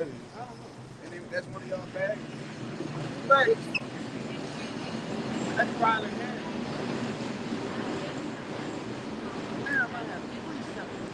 It's Zechariah 2 and 8, brother. It's 2 and 8, not 1 and 8. This is Zechariah chapter 2, verse 8. It says, "For thus said the Lord of hosts, after the glory had he sent me unto the nations, will spoil you. For he that toucheth you, toucheth the apple of his eye." You got it. God. So one thing about it, it don't matter what we're going through, you know what I'm saying? We are the apple of the Lord's eye. You know, the Lord is going to protect you. He's going to provide for you. He's going to sustain you in those type of trouble, you know what I'm saying? And also the Lord's going to repay, you know what I'm saying? And recompense and judgment. You know what I'm saying? One thing about we know we upon that time, affliction shall not rise up a second time. So we know that the Lord is going to avenge us. You know what I'm saying? The Lord said, what did that? I got some more in this definition of that word. You go ahead. This the word apple is H892 Baba. All right, which says that the outline of biblical usage, the pupil of the eye. All right, when you go to the Strong's definitions, it says, something hallowed. All right, we know if you're hallowed, you're holy, which means to be separate. So the elect is separate from the 2/3, man. As the brother made the beautiful analogy of the 2/3 being the white, all right, but the elect being what? That pupil, man. You see? Go ahead. It's like somebody coming in your kitchen and you didn't set aside a piece of the pie that you didn't want to be touched. Yes. But you come home and see it's been tampered with. Yes. It's been devoured. It's been tarnished. You see it? That's likening to how the Lord gonna feel when he see what. Well, he already see what's going on, right? But once, like his brothers was going into, once shit start happening, right, unto the elect, man, and we can't avoid danger. We surrounded on all sides. That's when the Lord gonna start to, he's gonna keep gonna act up. That's it. Yeah, it's time to get vengeance now. They've been waiting on me. Look, now it's time to get vengeance. And that's when Yahweh gonna send Yahweh shine, man. And then you can the brother said cancel Christmas, man. It's over. Let him work. It's done. Off the bat. Off the Come on, man. Get the hell out of here. Yeah, brother. That's right. I got something for you. Yes, sir. This because the brother had quoted it. This Wisdom of Solomon, chapter 18 and verse 15. Right, and this when Yahweh shall get that word, man. Right, it says, "Thine almighty word leaped down from heaven out of thy royal throne as a fierce man of war into the midst of the land of destruction, and brought thine unfeigned commandment as a sharp sword, and standing up filled all things with death. And it touched the heaven, but it stood upon the earth." Right, and that's just a brief depiction of how fast and how hard and how vicious Yahweh Shai is gonna come to this earth, man. You see, he not coming to play games, right? He came down as a lamb. Now he coming down as a divine entity. You see, in his glory, in his might, in his strength. Right? That's how Yahweh Shai finna come back, man. They say he about to fill all things with death. That's right. You see, two brothers got it, right. Man. He's gonna come back at that great angelic force. You know what I'm saying? Right. When you go to that Jeremiah, I shall not meet thee as a man. Yeah, I got that. I got that. Yeah, okay, let's bring up that Psalm 9 and 9. I got you. This is the book of Psalms, chapter 9. I'm gonna start at verse 8. It says, "And he shall judge the world in righteousness, and he shall minister judgment to the people in uprightness." All right, when Yahweh shall come back to judge the world and minister judgment, all right, it's gonna be with a rod of iron, man. All right, it's gonna be with killing instruments, man. You know, like the brother said, he ain't coming back for peace and unity, man. No, he coming back with judgment. See, it says, verse 9, "The Lord also will be a refuge for the oppressed, a refuge in the times of trouble. And they that know thy name will put their trust in thee. For thou, O Yahweh, has not forsaken them that seek thee. God, that's the elect. You know, so one thing about the Lord would never forsake you and never leave you.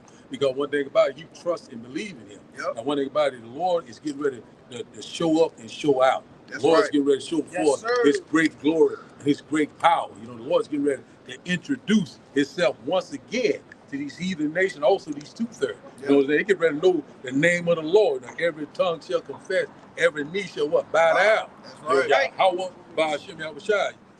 Whoever got it, someone else got something? Y'all bring them out. Bring them out. I'm gonna let y'all have it. I got. This is the book of Isaiah, chapter 47, verse 3. Roll It with says, thy nakedness shall be uncovered, yea, thy shame shall be seen. I will take vengeance, and I will not meet thee as a man. In which Yahushua came back in his last reincarnation, all right, when he walked the earth, all right, he met people as a man. He met men as a man, all right, even though, you know, he had different forms of spiritual power. You know, he can see, you know what people thinking, know what people motives was. No, man, Yahushua is coming back this time as an angelic force. He's literally coming back as the son of the Most High, man. God. He's not coming back in his regular form. No, he's coming back, what they say, Super Saiyan, however the highest level of Super Saiyan, man. You see?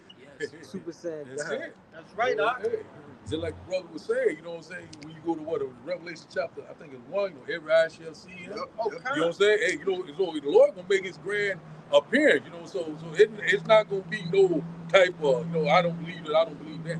You gonna know in that day, when the Lord show up, the King of the universe. He's getting ready to return and set everything back into order. You know what I'm saying? Hey, man, every eye shall see him. He'll be old. He coming with cloud. Go ahead, go roll. All right, so it's Philippians 2, verse 9. Wherefore the Most High also have highly exalt him and given him a name which above every name, that that name of Yahushua every knee shall bow, of the things in heaven, things in earth, and the things under the earth, man. And every tongue shall confess that Yahushua is Lord, to the glory of the Most High, to the Father. Man, that's beautiful. Break it down. The way you say here, Yahushua is given a name, man, that's highly exalted. Every name, that's not talking about a regular name. That's talking about a reputation, man. That's right. You know what I'm saying? It's a position. And Lord of Lords and King of Kings. So that's, the Lord gonna have a reputation when he returns. So we seeing it right now that we're very close. Our salvation at the door. We seeing what UFO sites are all across the world, sighting left and right. So we already know that, Esau is talking about this, UFO hearing, saying that, that when we get ready they close this to the public, we already know what they are, so they know what it are, what it is. So the Lord is constantly, exposing and revealing things. You know what I'm saying? And also, once again, removing the covering path, the lies and the deception. One thing about it, the truth is constantly being declared left and right. You got anything?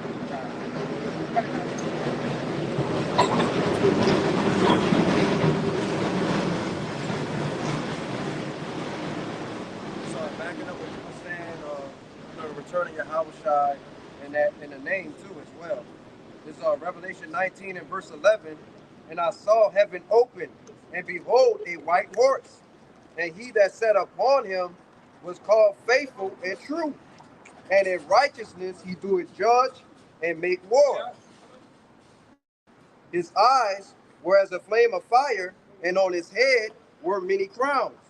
And he had a name written that no man knew but he himself. So going back into what you were saying, he had a position of power, a reputation that only he will ever have. Nobody else will have it, and nobody has had it. And people misconstrue that as saying like we don't have a name.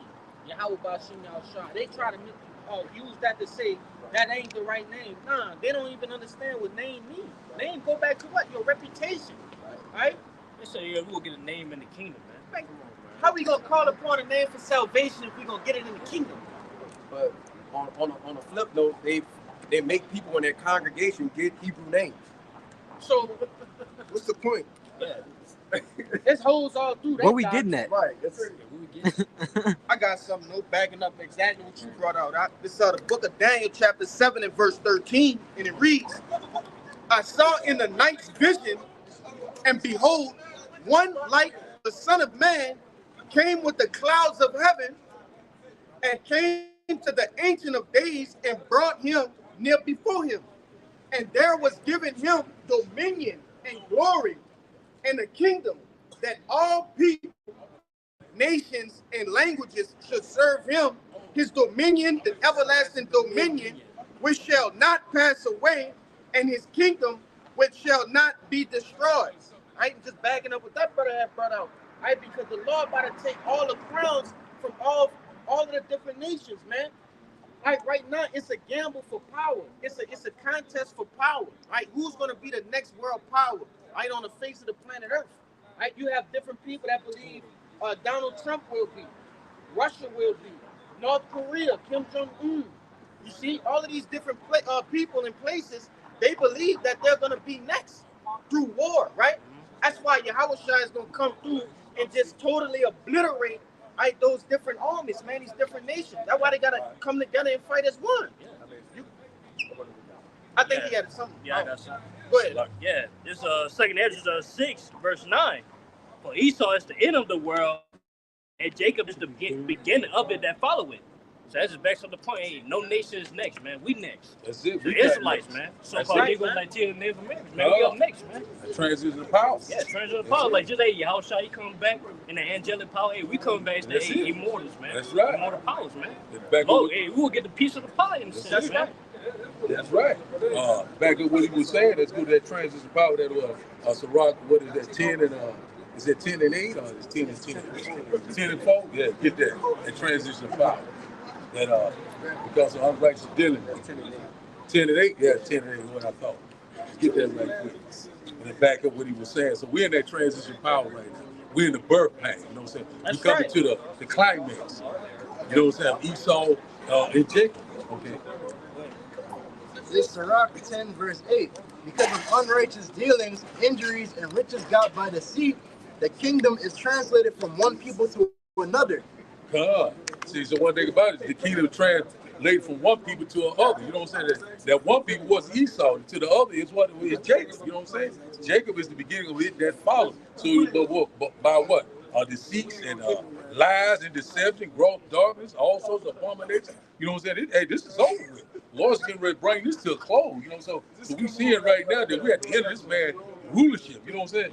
Yeah, hey, man, we're here. Someone else got something? If I could say real quick, going back to what that brother brought out, that second Ezra chapter 6 and 9. 6 and 9. Yeah. You know, a lot of people don't want to acknowledge that because what?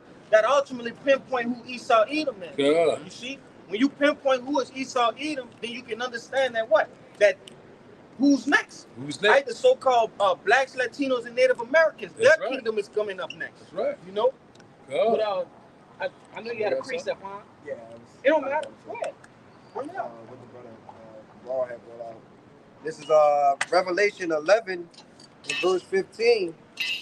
And the seven angels sounded, and there were great voices in heaven, saying, the kingdoms of this world are become the kingdoms of our Lord and of his anointed, and he shall reign forever and ever. Right. So going back into like Daniel's 7th chapter, Daniel's 2nd chapter.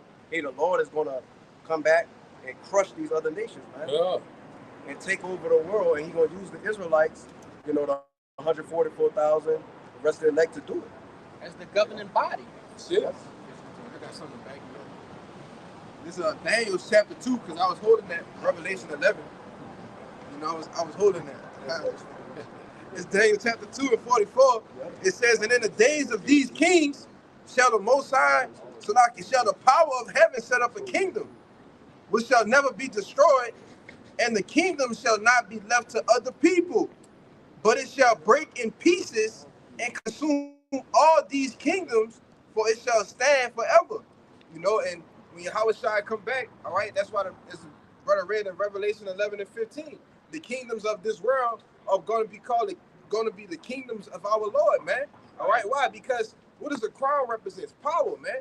You see, and he's coming back to take the rulers of this world, the ones who sit in the power seat, all right, who the world ignorantly calls Jesus Christ. He's coming back to take the thrones, man.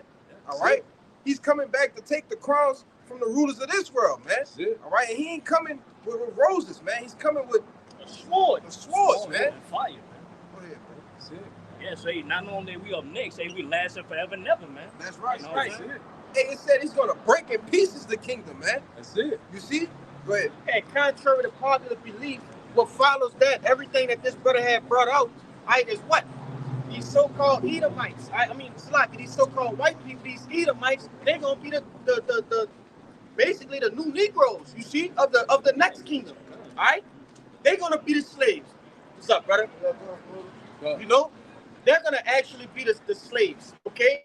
They're gonna be sold and traded, right? Because when you have a transition of power, you have to understand there has to be some sort of hierarchy. Somebody has to be at the top and somebody has to be at the bottom. That's right. Right? It's only right. It was done unto us, so it must be done unto them. Go ahead. Deuteronomy 30 verse 7. And the Lord thy power will put all these curses upon thy enemies, and on them that hate thee will persecute thee, man. That's right. That's based on the brother, man. Hey, man, once we come in power, man, hey, Esau, he gonna be brought low. He gonna be in slavery, man. That's right. You know what I'm saying? He gonna be deal with the curses. Well, what's done to us gonna be done to them. You know what I'm saying? You gonna reap what you sow. And one thing about it, it's payday. You know, the Lord's getting ready to repay. You know what I'm saying? And one thing about it, no one gotten away with a goddamn thing. You know what I'm saying? Right. Hey, you get ready to pay. It's all recorded. That's it. It's already recorded. All the big payback, man. The big payback. The big payback. That's it. You know, the Lord get ready to bring it. You know what I'm saying? So they get ready to go into servitude. We get ready to go into rulership. So it's gonna be like, you know what I'm saying? They going from riches to rags. We going to rags to riches. You spirit of power. How about you? Shine. Woo! Someone got a precept. I got that. This is Numbers 24 and verse 17. I shall see him, but not now. I shall behold him, but not nigh. There shall come a star out of Jacob, and a scepter shall rise out of Israel, and shall smite the corners of Moab, and destroy all the children of Sheth. Oh, okay, we finna get to bring them out. And I'm gonna go to verse 18. And Edom shall be a possession, Seir also shall be a possession for his enemies, and Israel shall do valiantly. Break it down. Right. So hey, look, at the return of Yahushua, what's gonna happen? Like we've been going into. Hey, all the kingdoms are going to become the kingdoms of our Lord. That's right. And chiefly Amalek, you know, the JOOs, they're gonna be the first fruits of slavery. That's right, man. That's why that's why it says Edom shall be a possession right out the gate. You know? Because who are the ones building those space not stations, but the space bunkers? Yes. Right there. They're trying to flee the nuclear destruction in the plane, man. All right. They're trying to dig into the ground, all right, and have those nuclear fallout shelters. Yeah. All right. But hey, man, some of you are going to succeed. Yes. You're gonna go over there to Switzerland, all right, and in your private jet, all right, get into your fallout shelter, and hey, man, Yahushua and the elect go come knock on the door politely. Hey, you see? And that's what that movie Greenland was about. Yeah. If you brothers ever seen Greenland, y'all seen that before? Yeah. It's a good movie, man. They say it's asteroids, but it's not. Right? You know, we deal with the scriptures. We understand, you know, the subliminal messaging in that. Okay, it was going into, there was an asteroid storm coming that was going to wipe out the earth, which we understand the whole earth ain't going to be destroyed. All right, you want to say something? No, I was going to say, I was going to add on to what you're saying. I want to go ahead and finish. And you know, these people have if you brothers ever played that game Fallout, right? It's a game that pretty much they go into what? The nuclear destruction happening and what happens after the nuclear destruction. They think that they're going to come out of these different bunkers and start to rebuild. You see? But that's not going to happen, man. You know, we understand that there's a whole other, there's something after this. You see? Yeah, there was also a movie on Netflix. It was called Don't Look Up.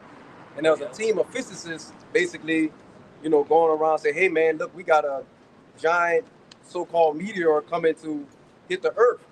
You know what I'm saying? And it was warning the people, and in the movie, the media didn't want to warn the people. They say, man, this is going to wipe out, this one meteor is going to wipe out the whole planet, man, or at least all the states. And all of that is symbolic for the nuclear missiles, right, that's going to come and destroy Babylon the Great, a.k.a. America. Got it out. All right, someone got something. Who got the next precept? I'll do, yeah. Go ahead. I'm gonna shoot. Someone got something? You had something, right? Go ahead. We're just backing up the point. Like all these things that our enemies have done unto us is gonna come back and bite them in the ass at the end of the day. Yeah. This is 2 Thessalonians chapter 1 verse 6. Seeing it is a righteous thing with the Most High to recompense tribulation to them that trouble you. Basically, yeah, all these things that our enemies have done unto us, it's a righteous thing for us to go and get our payback. Yeah. We're gonna have them as slaves in captivity, just like it says in Deuteronomy 30 verse 7. Hey, Right. if I could add to the brother, because read that again, Baba Kashaf. It is 2 Thessalonians 1 verse 6. Seeing it is a righteous thing with the Most High to recompense tribulation to them that trouble you. Right, and those people that troubled us, they troubled Yahushua. They tried to trip Yahushua up with his words. Yeah. They did everything they can to get him on the ropes. But what? Pontius say, I find this man not guilty, man. Yeah. You see? And it was our own people at the end of the day. You know? That's right. But hey, those same people that trouble us, these heathen nations, hey, you 2/3, all right? Hey man, you're gonna get a righteous recompense for that, man. You know? What you say, let the blood be on us and our children? Yes, Hey, the sir. blood gonna be on you That's and your right. children, man. That's it. You know? That's right. You are your father the devil. Yeah. That's it. Y'all brothers got it. And they, ultimately had the same mindset as this devil.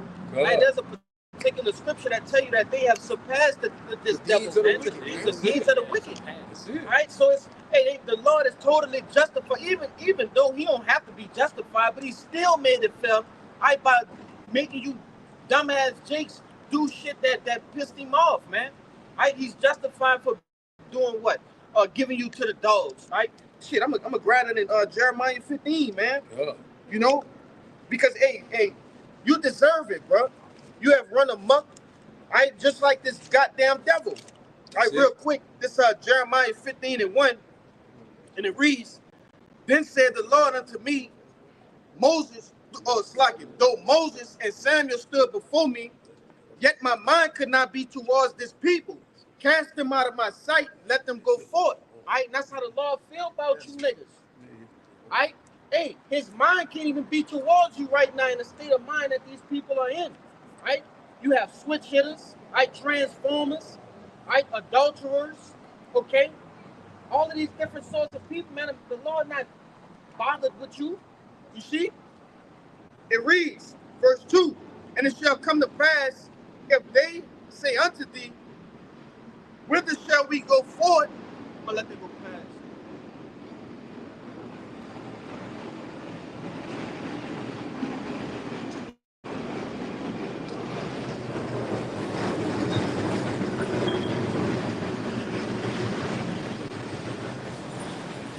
It says, because you mentioned it earlier, beloved.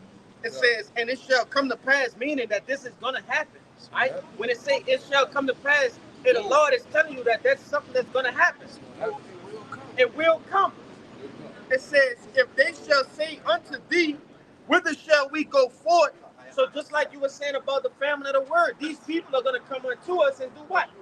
They're gonna be seeking, the Lord. They're gonna be trying. Hey man, tell them what's going on. What's happening? That's right. Man, what? Hey man, we need to know what's happening. That's right. They shall seek me early, shall not find me. And it says, then thou shalt tell them, thus saith the Lord, such as are for death and to death, and such as are for the sword to the sword, and such as are for the famine to the famine, and such as are for the captivity to the captivity. And I will appoint over them 4 kinds, saith the Lord, the sword to slay, and the dogs to tear, and the fowls of the heaven, and the beasts of the earth, to devour and destroy. You see, and that's the judgment of you niggas, man, of you two-third niggas, man. You know, the law covered all angles with that. Right? That's the punishment, right? That's coming forth on this wicked ass kingdom, man. You know, you got it. Obadiah, go right to it. Yeah, we can. This is the book of Obadiah, chapter 1, verse 15. It says, "For the day of the Lord is near upon all the heathen. As thou hast done, it shall be done unto thee. Thy reward shall return upon thine own head.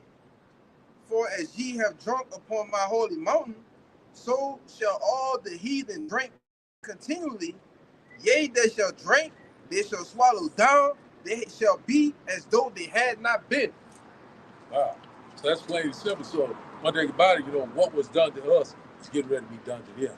They drunk upon the Lord, what, holy mount, which in fact was in Israel. You know what I'm saying? One thing about it, the Lord is getting ready to repay.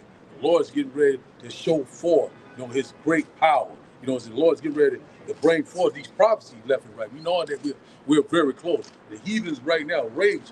One thing about it, they're imagining a vain thing. And one thing about it, we know that the Lord said, first my judgment will start at the house of Israel. Once he get through with Israel, he going into these heathen nations. You know what I'm saying? One thing about it, ain't no one is going to escape the hands of Yahweh, Ba'ashim Yahushua. What is that? Hebrews chapter 10, around 30 or 29. Someone get that? So, you know, ain't no one going to escape the hands of him. You know what I'm saying? So, one thing about it is that, you know, the Lord said that you know, that he's going to bring it forth. He's going to bring the judgment forth. He's going to repay. Go ahead. He said he's going to leave no stone unturned, man. Woo. That's it. So, hey, man, we here. You know, so, you know, a lot of people thinking that they gotten away with something. You know, we see that Esau Edom right now walking in great pride, speaking great words, you know, constantly, you know what I'm saying, talking things that, you know, that he think is going to happen, but it's not going to happen. You know what I'm saying? This white supremacy, you know, make America great again. You know what I'm saying? So a lot of these right now, these heathens right now, you know, they're bucking up. We already know that they're getting ready, you know, try to exterminate the children of Israel, you know, the people of color, the Negroes, the Latinos, the Native Indians. We already know that's coming. It's called what? Jacob's trouble. But one thing about it, the Lord already said, well, Jacob shall be what? Saved out of it. You know, so hey, we're very close. The Lord will look out for his elect. You know, someone got something? I got that Zechariah 13. All right, bring that up. It's Zechariah chapter 13, verse 8. It says, "And it shall come to pass that in all the land, said the Lord, 2 parts therein shall be cut off and die, but the third shall be left therein." Yeah, that's right. You know, in the land, it's talking about what? America. Babylon the Great. You know, 2 parts therein shall be cut off and die. These wicked Negroes, these wicked Latinos, these Natives, one that's constantly scoffing and mocking. Don't know who they are. They know who they true power. And also they don't even know what time they were living in. Also they don't know who the enemy is. You know what I'm saying? And one thing about it, they love oppression. They love affliction. You know what I'm saying? One thing about it, the Lord is getting ready to put this everything to rest. You know what I'm saying? One thing he said the third shall go through what? Through the fire. You know, shall be refined. Go ahead. Verse 9, it says, "And I will bring the third part through the fire, and will refine them as silver is refined." See, that's right. So one thing about it, so the 1/3 is getting ready to be refined. You know, we want to do these levels of adversity right now. What the straight gate, you know what I'm saying? All these trials and great tribulation. You know, the Lord's constantly trying us and testing us. You know, the Lord's constantly what? Making that fine gold. You know what I'm saying? And one thing about the elect, you know what I'm saying? We're very close, man. We so very excited, man. Our salvation is very close, man. You know what? Yeah, very close. Someone got something? This is Herbert. Herbert got something? Go ahead, Herbert. Oh, sorry. Come up, son. Yeah. Just going off what you said about our people loving oppression. Yeah. This is Isaiah 30:12. "Wherefore thus said the Holy One of Israel, because ye have despised this word, and trusted in oppression and perverseness, and stay thereon, therefore this iniquity shall be upon you as a breach, ready to fall, swelling out in high water, whose breaking cometh suddenly at an instant. And it shall break it as breaking of the potter's vessel that is broken into pieces. He shall not spare, so that there shall not be found in the bursting of it a sword to take fire from the heat, or to take water withal out of the pit. For thus said the Lord God, the Holy One of Israel, in returning and rest shall ye be saved, in quietness and confidence shall your strength, and ye would not. Okay, God. So one thing about it, we already know that the 2/3, they love it here. And I always say this all the time, they get ready to die here because what? They love what? Oppression. You know what I'm saying? They love the affliction. You know what I'm saying? They love the what? The ways of this world. Start at 9. Read Read it it again. again. That's going to back up. Start at 9 Go ahead. and read 9 and 10 because that's going to back up exactly what you just said. Bring out that verse 2 also. Bring out the verse. Bring it out and get that. This is Isaiah chapter 30 and verse 9. That this is a rebellious people, lying children that would not hear the law of the Lord, which say to the seers, see not, and to the prophet, prophesy not unto us right things, but speak unto us smooth things. Prophesy deceit. Get ye out of the way, turn aside out of the path, cause the Holy One of Israel to cease from before us. Sure. So one thing about it, because we see it right now, you know what I'm saying? They that same rebellious house. They constantly what? Get it in there. Say it again. So they that same rebellious house constantly what? Adding sin to sin. You know what I'm saying? Not of the Lord covering, the covering what? Of this world. You know what I'm saying? They constantly do thy will, spirit. All these different things, the ways of this world. You know what I'm saying? These mortal thoughts, they're worldly. You know what I'm saying? We already know these worldly thoughts gonna lead to what? To death. You got something to add to that? Yeah, because what that brother had read in there said you're going to break them into pieces. And he said, like, to the point where, hey, read that part where it said break them into pieces. About the shot. Hey, we gonna just fuck up in the kingdom. We're going to blow that nigga middle over here. This is Isaiah 30 and verse 14. And he shall break it as the breaking of the potter's vessel that is broken in pieces.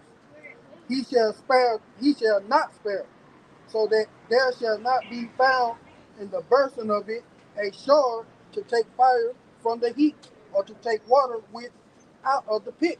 Yeah, so ultimately, the law not going to spare none of them. All right, the 2/3 that don't repent and they carry their wickedness all the way out as they finish their lot, he's not going to spare none of them.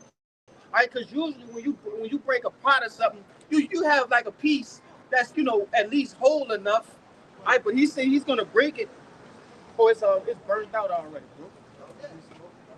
I mean, if you want this, but it's a pot short. When you usually break a pot, you'll have a piece that's whole enough. But he said he's gonna break the 2/3 to where you won't even recognize the pot. Because at the end of the day, what they said, hey, we don't want to hear those prophecies. All right, we want America to keep going. This is what our own people say. Man, nobody want to hear that shit, bro. It's been the end of the world. You know? Been hearing that for, Oh yeah, they've been saying we're in the last days. That's it. It say prophesy to us smooth things. You see? And they love, like it says in Jeremiah, the 5th chapter, my people love to have it so, man. All right? They love to hear the prosperity doctrine. They love to hear that everything's going to be all right. But we here to tell you, everything ain't going to be all right. You see? This place is getting ready to go down, and that's what they don't want to hear. So hey, congratulations. You have marked yourself for destruction, man. That's it. Go ahead, bro. God, just like I said, a lot of people, they have that mindset of what the heathen. They constantly, they love the ways of this world. You know what I'm saying? They love these mortal thoughts. They love the what's right in front of their face. The riches. The reputation. You know what I'm saying? The fame. All these different things. That's gonna mount up to nothing. You know what I'm saying? You're not seeking the Lord. You're constantly seeking death. We're constantly wanting you left and right. But a lot of people, they don't want to hear that. They want to hear them smooth things, them lies and deceit. And one thing about it, we already know it, that's going to lead you straight to the lake of fire. We already know that. You got something to do with it. This is the book of Jeremiah, chapter 4, verse 22. My people is foolish. They have not known me. They are childish children, and they have no understanding. They are wise to do evil, but to do good, they have no knowledge. God. So, just like I said, it's childish. That means that they're stupid. You know what I'm saying? They quick to what? To do evil. But to do righteous, they just like a dumb animal, a dumb mute. You know, they hell, they, what is this? You know, but come to doing some wickedness, you know, oh, they quick, oh man, let's do this, man. Let's get it. That's do it. You know what I'm saying? But one thing about it, the Lord already said they were stiff-necked. You know what I'm saying? They hard-headed, they rebellious. You know what I'm saying? Back in what? In Moses' time. Back in what? Sodom and Gomorrah time. Also in these time. There is no new thing under the sun. You got it, bro. This is Isaiah 5:20. It says, woe unto them that call evil good and good evil, that put darkness for light and light for darkness, that put bitter for sweet and sweet for bitter. Woe unto them that are wise in their own eyes and prudent in their own sight. Woe unto them that are mighty to drink wine and men of strength to mingle strong drink. We justify the wicked for reward and take away.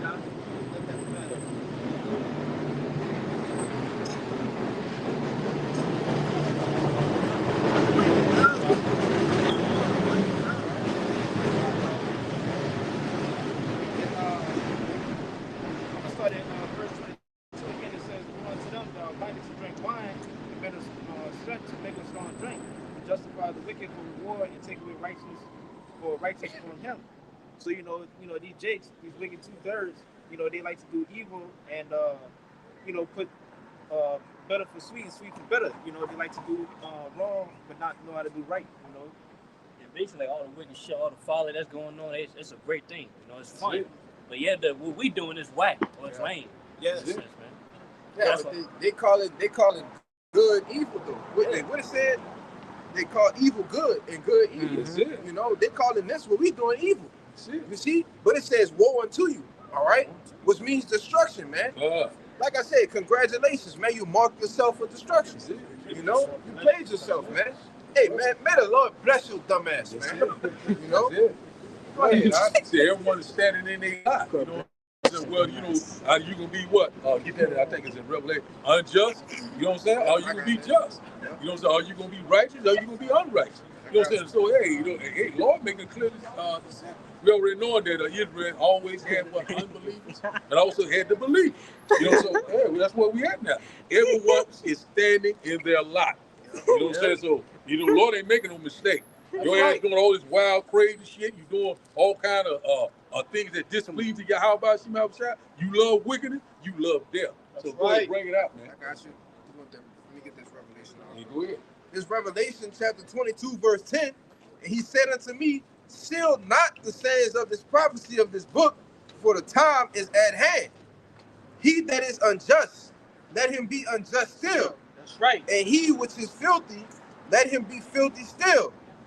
And he that is righteous, let him be righteous still. And he that is holy, let him be holy still. And behold, there's red letters. It's Yahweh Shai speaking now. Yeah. I come quickly, and my reward is with me, to give every man according as his work shall be. Yeah. So everyone right now is standing in their lot. If your ass is wicked, that's your lot. If you're righteous, that's your lot. So one thing about it, Lord don't make no mistake. Either you the 2/3 or you are the 1/3. You got something? Yeah, that's what I want to say too. Yeah. That's why we're not tripping. Yeah. We're not worried about trying to gather everybody, to listen to us. Right. Try to come in this thing. Because on the elect have obtained it. They gonna get it. You know what I'm right. saying? As the saying goes, a nigga can't get it. That's it. We're gonna keep moving on. So that's where we at right now. You got something to fill out? It's the book of Titus, chapter 1 and verse 15, and it reads, unto the pure are all things pure, but unto them that are defiled and unbelieving is nothing pure, but even their mind and conscience is defiled. What? Man, read that again. Titus 1 and 15, and it reads, unto the pure all things are pure, but unto them that are defiled and unbelieving nothing is pure. It says to them that are defiled and unbelieving. Nothing is pure. Nothing. But even their mind and their conscience is defiled. Yeah. You see? And that's going back to what that brother was saying. If a nigga can't get it, we gonna keep going, man. Yeah. It's one thing. I was just talking to a good friend of mine, right, in the world about. I was saying, man, I don't never argue with somebody when it's involving facts. That's why you always gotta base your conversation on facts. You can't dispute a fact, and that's like into this truth, man. Yeah. Right? These things are facts. They're backed up with actual history. You see? People think that, we just reading a fairy tale book. No, these are things that really happened. right here in these scriptures, man. All right, so you go deal with, hey, go wrestle with the Lord with that. You see, because we just bringing it out. Right, these things either happen or will happen, man. Hey, go wrestle with your Yahweh Shai. Yeah, and see how far that gets you. Yeah. You know? Go ahead, man. The precept to back you up, a point you made earlier about our people saying they tired of hearing this, these visions, these prophets not going to happen. This is the book of Ezekiel, chapter 12, verse 22, and it reads. Get your ass off the street.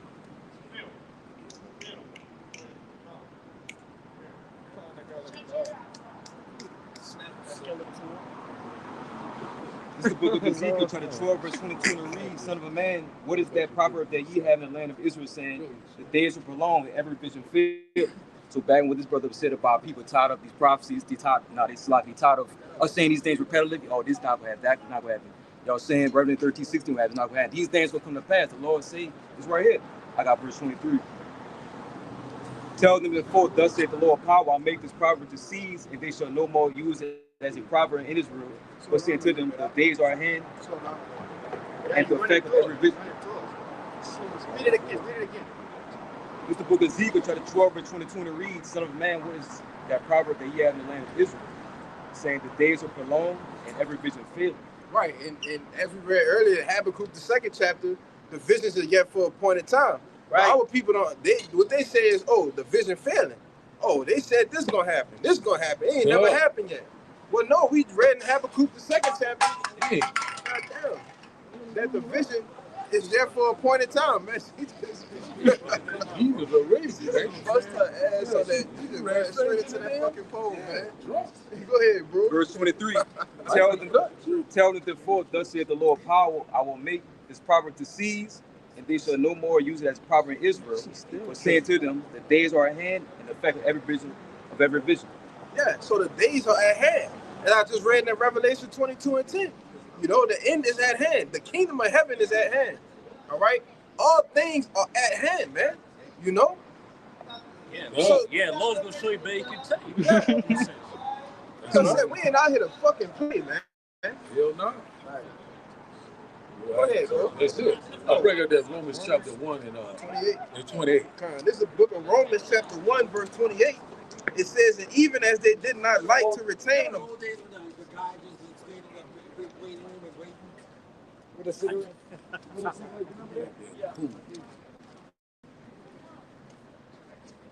the book of Romans chapter 1, verse 28. And even as they did not like to retain our power in their knowledge, the Most High gave them over to a reprobate mind, to do those things which are not convenient, being filled with all unrighteousness, fornication, wickedness, covetousness, maliciousness, full of envy, murder, debate, deceit, malignity, whisperers, backbiters, haters of the Most High, despiteful, proud, boasters, inventors of evil things, disobedient to parents, without understanding, covenant breakers, without natural affection, implacable, unmerciful, who knowing the judgment of the Most High, they say they know the judgment of the Most High, and they still rather be all of those things which I just read, man. It says, who knowing the judgment of the Most High, that they which commit such things are worthy of death, not only do the same, but have pleasure in them that do them. Ooh, come on, man. You saw that right there. That's plain and simple. You know what I'm saying? They what? They love pleasures what? In unrighteousness. You know, the reprobate what? The 2/3. You know what I'm saying? They constantly being wicked each and every day. You know what I'm saying? And one thing about it, everyone is standing in their lot. You know what I'm saying? They're unjust. They're unrighteous. You know what I'm saying? So the Lord is letting them what? He's giving them over to that because, you know, that's what they love. You know what I'm saying? They don't want to seek the Lord. You know what I'm saying? They love it here. You know, they love oppression. They love affliction. You know what I'm saying? They love what the so-called white man. The Lord love everyone. You know what I'm saying? Still in that what? Docile state. You know what I'm saying? They still walking in what? In the congregation of the dead. You know, they're not alive. You know what I'm saying? Spiritually. You know what I'm saying? They get ready to be what? Physically dead very soon. You know what I'm saying? Look at that word reprobate for me. You know, I'm bring it gonna out a get little the bit precept okay, for good. you. This y'all got He gonna bring it out. That's the book of Romans chapter 1 and verse 28, and it reads, What'd you say, brother? I need you going up. He brought it out. 28. Mark 28. Yeah, he brought it out. I was Yeah, he brought around it the out. corner. Yeah, he brought it out. This that word reprobate in Romans 1:28, and it reads G95 Edokimos, right? And it says not standing the test, not approved, properly used of metal coins. It's like it says that which does not prove itself, such as it ought, unfit for, unproved, spurious, I guess. Mm-hmm. It says castaway, rejected. God. Yeah, that's good, but they got more. They got more. Got some more. Yeah, it says unapproved, rejected, by implication, worthless. That's castaway. It. That's it. Rejected. That's it says literally or morally. Yeah. So basically the 2/3, they are reprobate. They're what? Useless. You know what I'm saying? They're good for nothing. Castaway. You know what I'm saying? Castaway. You know what I'm saying? They don't have the Lord approval. You got something? Bring it out, man. So this the word reprobate is two definitions. All right, one is an adjective and one is a noun, right? So in the adjective of reprobate in the online etymology, it says rejected as worthless. All right, it says to disapprove or condemn. All right, now when you go into the noun, it says one rejected by the Most High. Come on, man. Yeah, that's plain and simple. You know what I'm saying? The Lord only dealing with what? The elect. You know what I'm saying? Hey, they was preordained. You know what I'm saying? The Lord said, hey, I chosen you. You cannot choose me. So one thing about it, they just playing they role in the movie. You know what I'm saying? One thing about it, the Lord already set them up. You know what I'm saying? Hey, he's not even dealing with them. You know what I'm saying? Even though they just got that, they just like the heathen, just like beasts. You know what I'm saying? So one thing about it, if you're not in his wisdom and knowledge, you're a damn beast. So All right, it's 2 Corinthians 4, verse 3. But if our gospel be hid, it is hid to them that are lost. That's it. That word. Yes. It said, in whom the power of this world hath blinded the minds of them which believe not, lest the light of the glorious gospel of Yahushua, who is the image of the Most High, shall shine unto them. It say, if the gospel be hid, it's hid to them that are lost. You know what I'm saying? What's that word lost?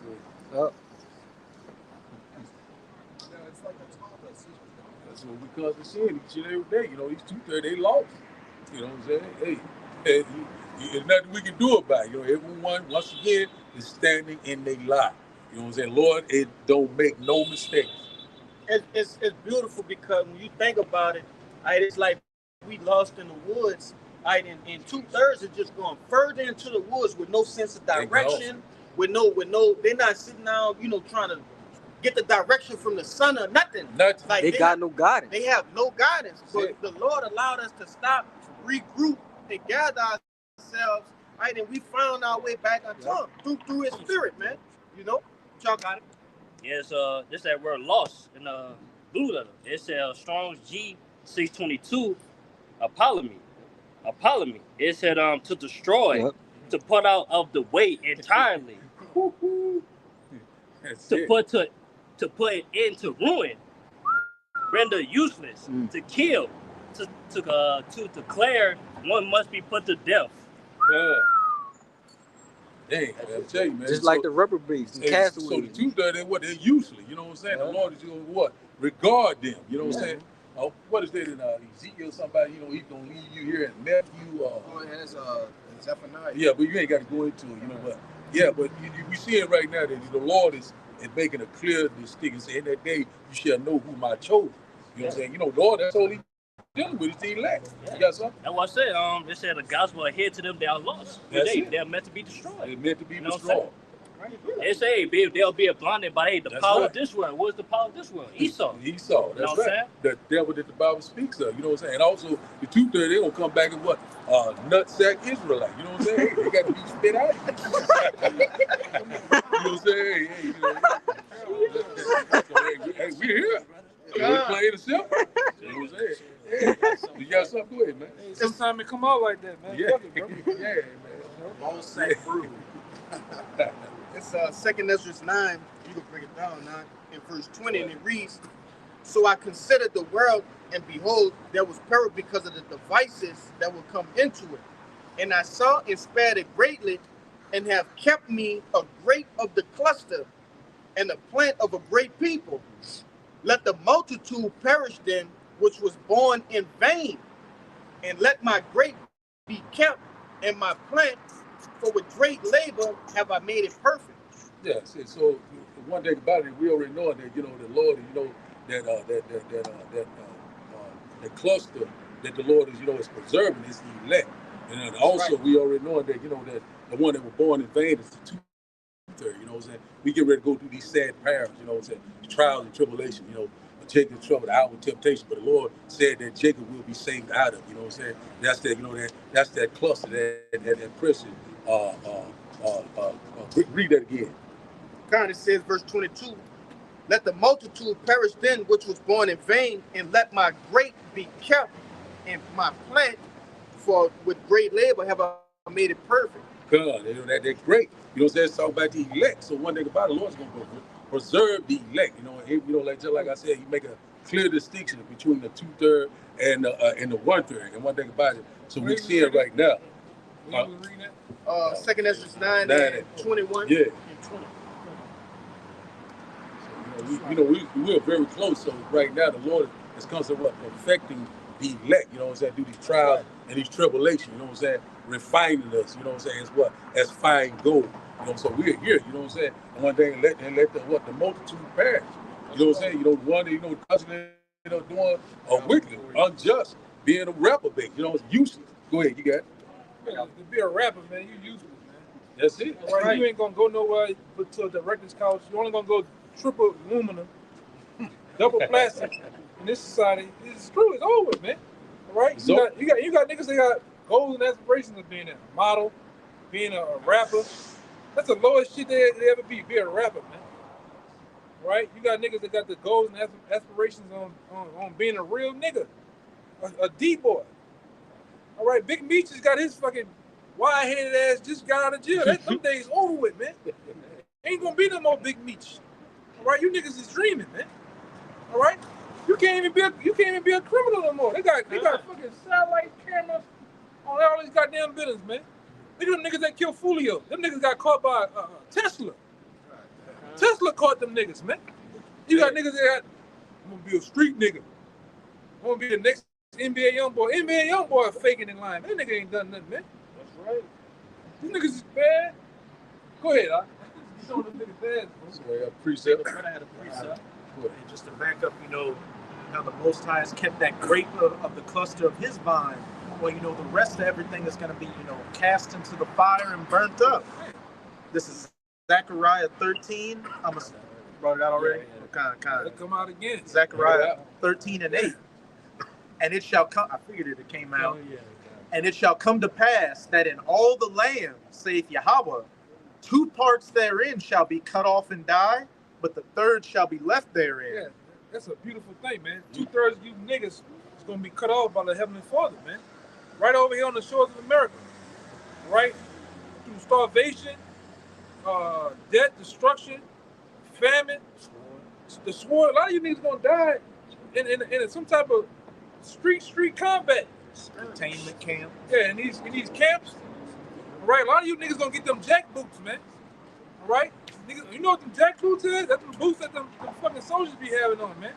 They're gonna come kick in your goddamn doors. Take you by the dreads and shit. Tussling with you niggas. Throw you on the lawn like Uncle Phil used to do jazz, man. Why you niggas gonna get that action? Oh! Then they gonna go over you like this, had that Joker gun. The robot. You ever seen that gun robot kid, RoboCop had? That shit was about a block long, man. I'll take that bitch out. And you niggas, man.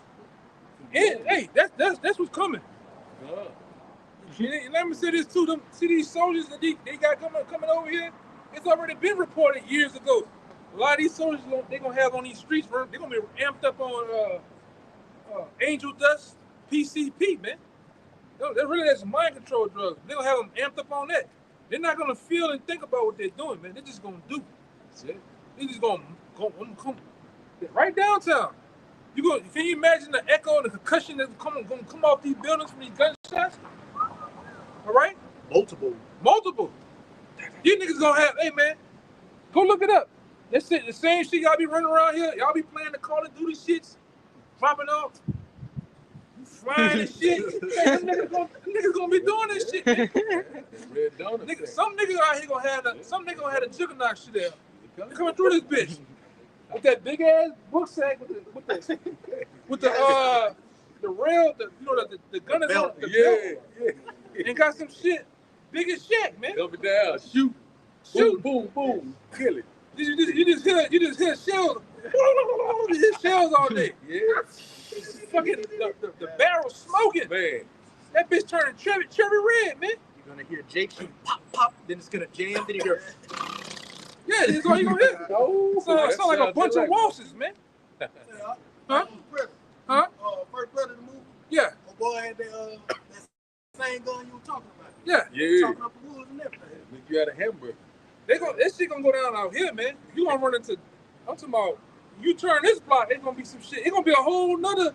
Like when you play games like Days, you play games like Call of Duty or PUBG. It be 4 other niggas down here getting it on. God, You got 5 niggas right here getting it on. You know what I'm saying? I don't know your shit. I don't know what's up. But go ahead. Yeah. Bring it to the second chapter 8. Yeah, one good. Go. So like. But as I said, and it shall come to pass that in all the land, saith Yahweh, 2 parts therein shall be cut off and die, but the third shall be left therein. 2/3 gonna be cut off and die, man. Right here in America. And wherever else the fuck they at, man. That's it. They, 2/3 gonna die, man, in a horrific death. All right? Okay. What's going on? Nigga hit my shit twice. But he just Let's get his information, brother. You build this shit. He just hit it with the door. We open the door. Let's get his information. it must be all right.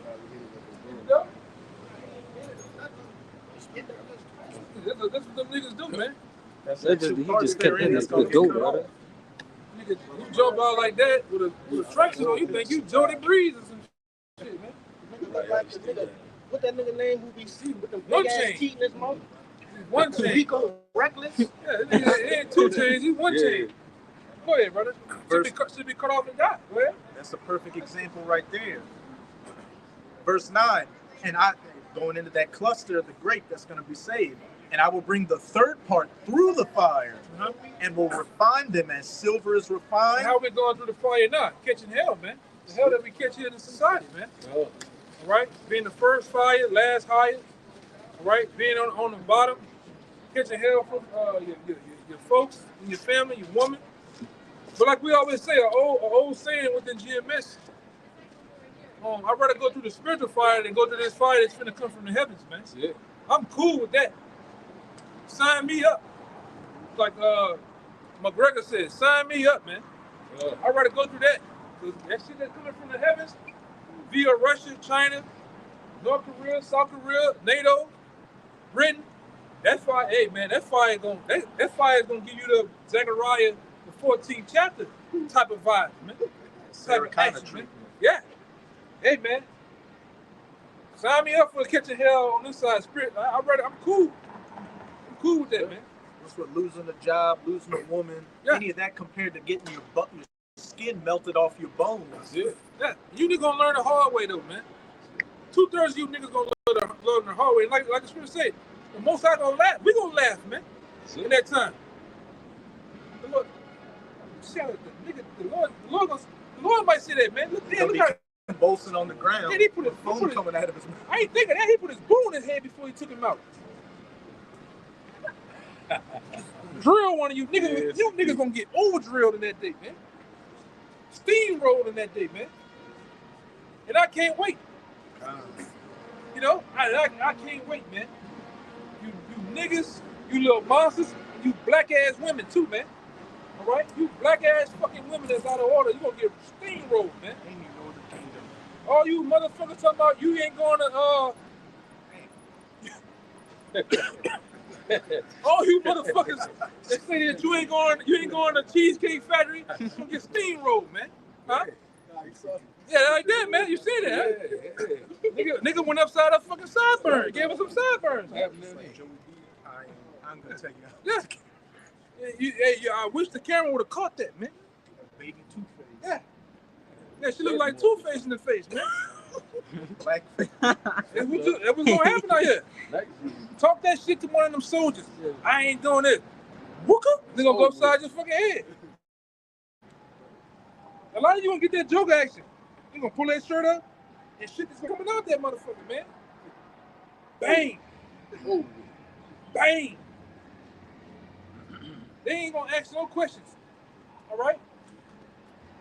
These militia groups in your area, the Klan, the Minutemen, they all around. The Lord got them set up just perfect to give Jake that last final ass whooping, man.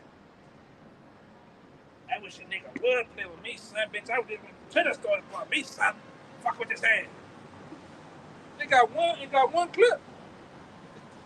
Pussy ass nigga, man. Fucking crackers. This how niggas be talking. Hey, we living niggas out here just talk shit everywhere they at. Niggas be in New Roads. Niggas be at the bottom of New Iberia gonna talk plenty of shit. Until that day, you talk that shit till that day comes. Some of these brothers say kind of fall out. Them retarded ass niggas in heaven. Them niggas is throw the fuck off, man. That bitch, at one time, that used to be a place to be. Man, them niggas uprooted that motherfucker, man. them niggas out there is they were lost. Lost. Yeah. I seen him in this part of the area. Yeah, nigga, yesterday he drove into the cemetery, killed himself, killed the goddamn baby, man. Yeah, and then a couple days for that, at nighttime, some nigga had a whole blick out. Everybody just getting shot, shooting up each other, man, in his area. Yeah. These niggas is losing it. Everybody losing it, man. That's why the Lord has preserved you niggas for debt, man. All right? The Lord has purposely preserved 2/3 to be put down. All right? Baba Kashal, you mind if I read Zechariah 14 and 2 and jump back? Bubbles. Gonna be too many bubbles for too much longer. Ain't gonna be no bubbles, nothing. You motherfucker get hit by these 7.62, 5.56. Brains gonna come out your ass like Sonic, man. Right. All right. Armor piercing rounds. They gonna jack your ass up, man. 308. Some of you gonna get man. Them Edomites gonna be up there. Some of you gonna get hit with very 50 cals, man. All right. Fucking bully about long as this Bible, and about thick as this Bible, man. Back of his shirt. Yeah. Yeah. The Great Reaper. He got excited when you said that bear. And then what this government finna do to you people, man, it's gonna be sinister.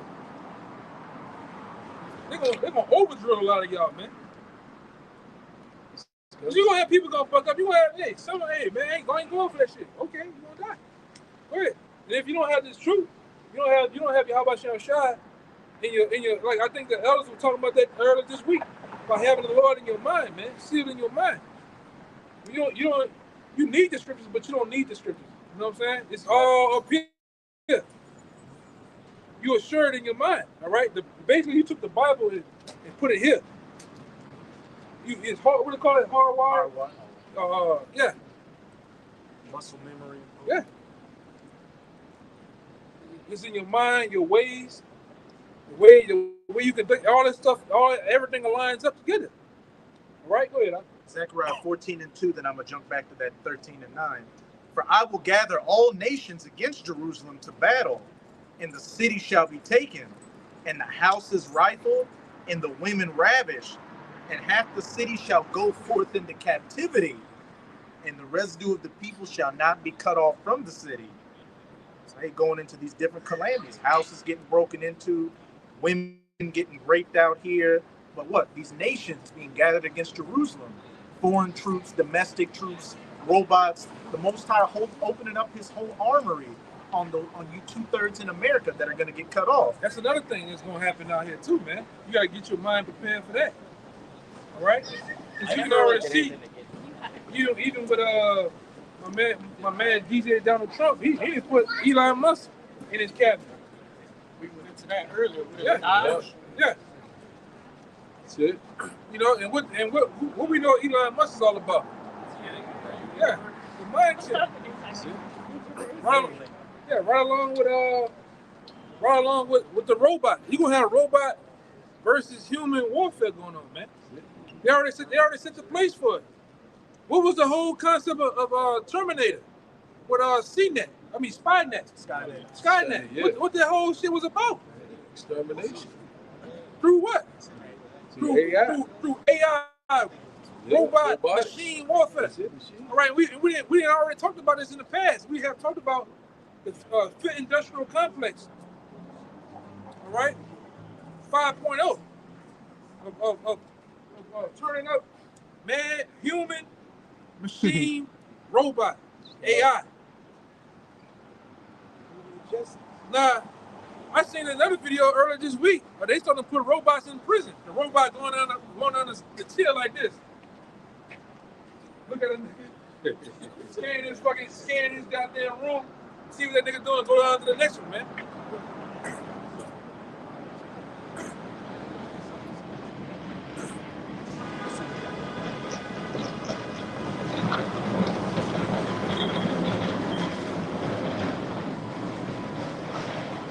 Yeah, like I seen this other guy, this streamer, YouTube guy. He had the robot. He had the Tesla robot in his house. Well, give me the do-rag. That nigga went and got the do-rag. Robot is shit. Jake Paul showed he said you can buy it at Walmart.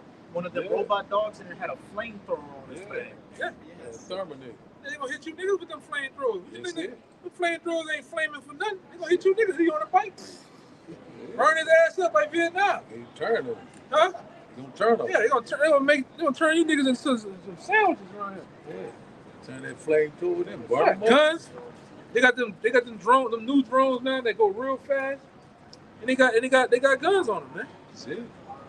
It shows you. He shows you in the first purge. Remember when your boy raised up the shirt? He said, "Oh, I only see this when I was at war. This is Blackwater." They said Blackwater in the thing. But I bet you nobody in the show went and looked up Blackwater. Everybody sit there and, "Oh, that was good. It was funny." Oh, that's something in the movie. That's not real life shit. Real life shit. Yeah. It's real life shit, man. Go ahead. Back in verse 9, and I will bring the third part through the fire, and will refine them as silver is refined, and will try them as gold is tried. And we've been tried now. We've been refined now. Get all these impurities off, but all of the ways of the world off us, man. Shedding that dead weight off us, man. Because in the world, you was emotional. You might have had a temper. You might have not deal with male on male confrontation instructions from a man. And that's Jake. 2/3 of these people hate for somebody to be over. They hate authority, man. Well, they hate it from all people. Yeah, they hate it from all people, man. You love it personally. So you come to the truth. The Lord, all right, he hopes to shed all that stuff off you, man. Okay, go ahead. How are they doing that? That's what it's about to say. They shall call on my name, and I will hear them. I will say, it is my people, and they shall say, Yahweh is my power. That's happening over here, man, in America. Really throughout the world. The Lord has, like I say, there's no excuse. You got all these tribes in various different states and various different camps throughout GMS, man. You got brothers all in Central, South Africa, man. All in Australia, Europe, all throughout the Europe.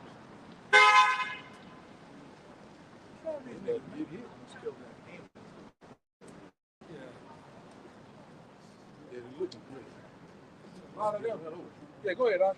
Yeah, back on what the elder was saying, bring out that second chapter 8 and verse 1. He said, we got a little bit more time. We'll bring that out right quick. What up, T? Yeah, but one thing about we already knowing that, many shall be taken, it's be unalive. You coming upon that time, so See the whole saber-tooth tiger out here, man. Nobody wants you, man. It save your pension money, man. Nobody wants you, T. T to put on that outfit, slinging that ice cream, man. We're trying to sling that ice cream. This is the book of 2nd Ezra, chapter 8, verse 1. And he answered me, saying, the Most High had made this world for many, but the world to come for few. Yeah, so right now the world is for many. It's talking about the two-thirds. They love the ways in the world. We're seeing that this world is constantly fading away. We're in that transition of power. We see it right before our eyes. The Lord is only coming back for that few, which in fact is the elect. You know what I'm saying? You got to be more good. Verse 2, it says, I will tell thee a similitude, Esdras, as when thou askest the earth, it shall say unto thee that it giveth much. Is that coming here?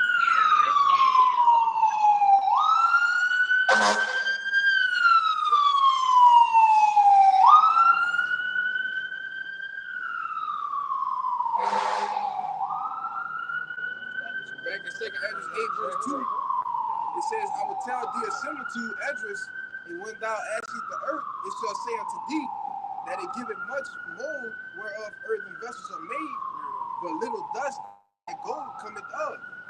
Even so is the course of this present world. There will be many created, but few shall be saved. God, once again, that few is the elect. Many are chosen, but what it say? Many are called, few are chosen. So we're seeing right now that the Lord is only coming back for that 1/3 remnant. He's coming back for the elect, the house of David. So right now, so we're seeing it right now. It's getting ready to go down. We're seeing right now that these elections. We're seeing about they talking about these UFOs hearing. So we right here. They're coming out with that now. You notice that? Yeah, they're coming out with that. They're coming out with UFOs left and right. Even from the great almighty Pentagon coming out with it, man. That's it. Coming out with it. Yeah, and like I said, the chairs are making themselves known. No, man. That's it. It's just like our salvation is at the door. That's why the Lord said in Luke chapter 21, around 28, look up. Lift up thy head. Your redemption drawing nearer and nearer. Right. We are very close. UFO sites are all across the world. What they ignorantly call UFO, which in fact are the chairs of the Most High, the eyes of the Most High, Negro men and spacecraft. So people can understand. A lot of people. What is this? What is that? You get ready to know very clearly. What time we're living in very soon. The Lord is. Go ahead. You got it. Go ahead. Bring it out, bro. This is Zechariah 5:1. It says, "Then I turned and lifted up my eyes and looked, and behold, a flying road." That's it. There's the one thing about it, flying road, UFO, and UAP, the chairs of the Most High. And one thing about it, they're in every place.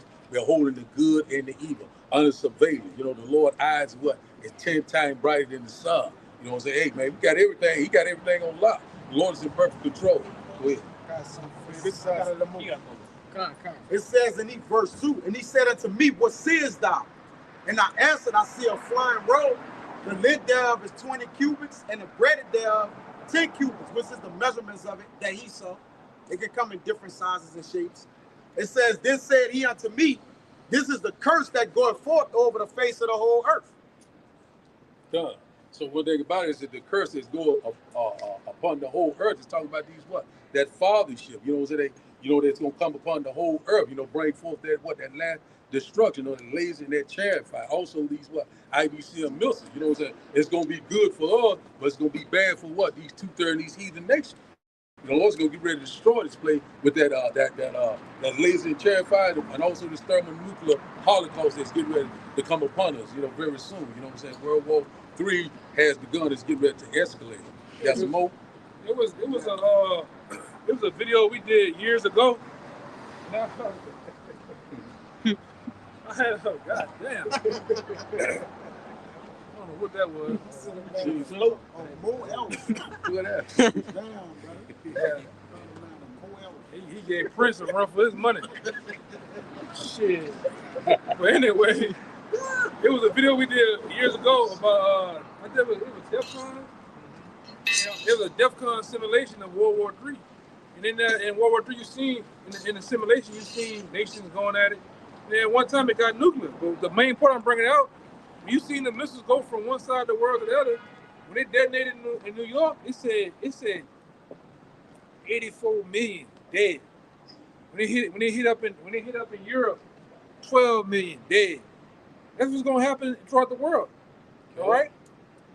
These places that are governed by cars and houses and people and all this shit, man, it's gonna get burned up. Even your best, finest broad, they're gonna get burned up. It's call it how it is, man. It is what it is, man. All this shit is gonna get burned up, just like you seen in the movie. In the movies, it's gonna happen that way. Even with Independence Day, you seen the big chariot come? They blew cars that was pumped in the street. It blew that shit all down the street, fire. All this glass from these buildings gonna fall, man. These buildings, these fucking, get the picture of these buildings, man. Like that one and that one. These buildings gonna fall, man.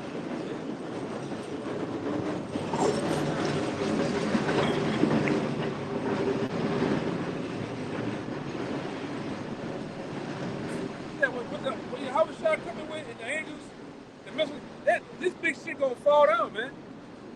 What it is? Empire State Building. That shit gonna come down possibly, man. What it is? 200 million missiles.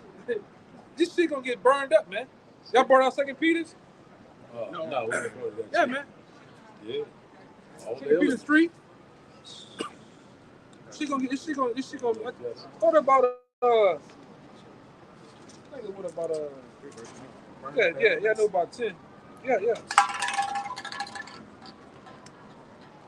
Yeah, go ahead. It's 2 Peter 3, verse 10.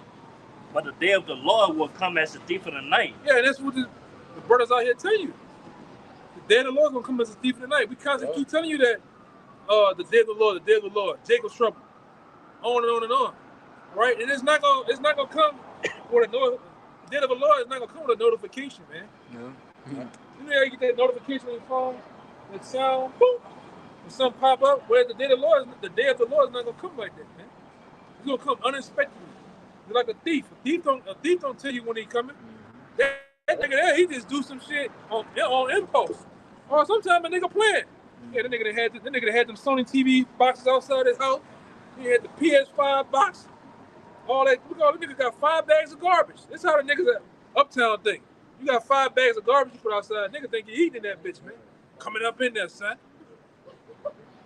Nigga come up in your house unexpectedly. Bust the window. Man, I had a nigga, man, I was young, nigga went into my house. You know that New Orleans house had that address on that little glass above the door? You know what I'm saying? That little window. Nigga came through that bitch, man. Stole my radio, all type of shit. Yeah. Nigga come to me like that bitch like that, man. Come through your window.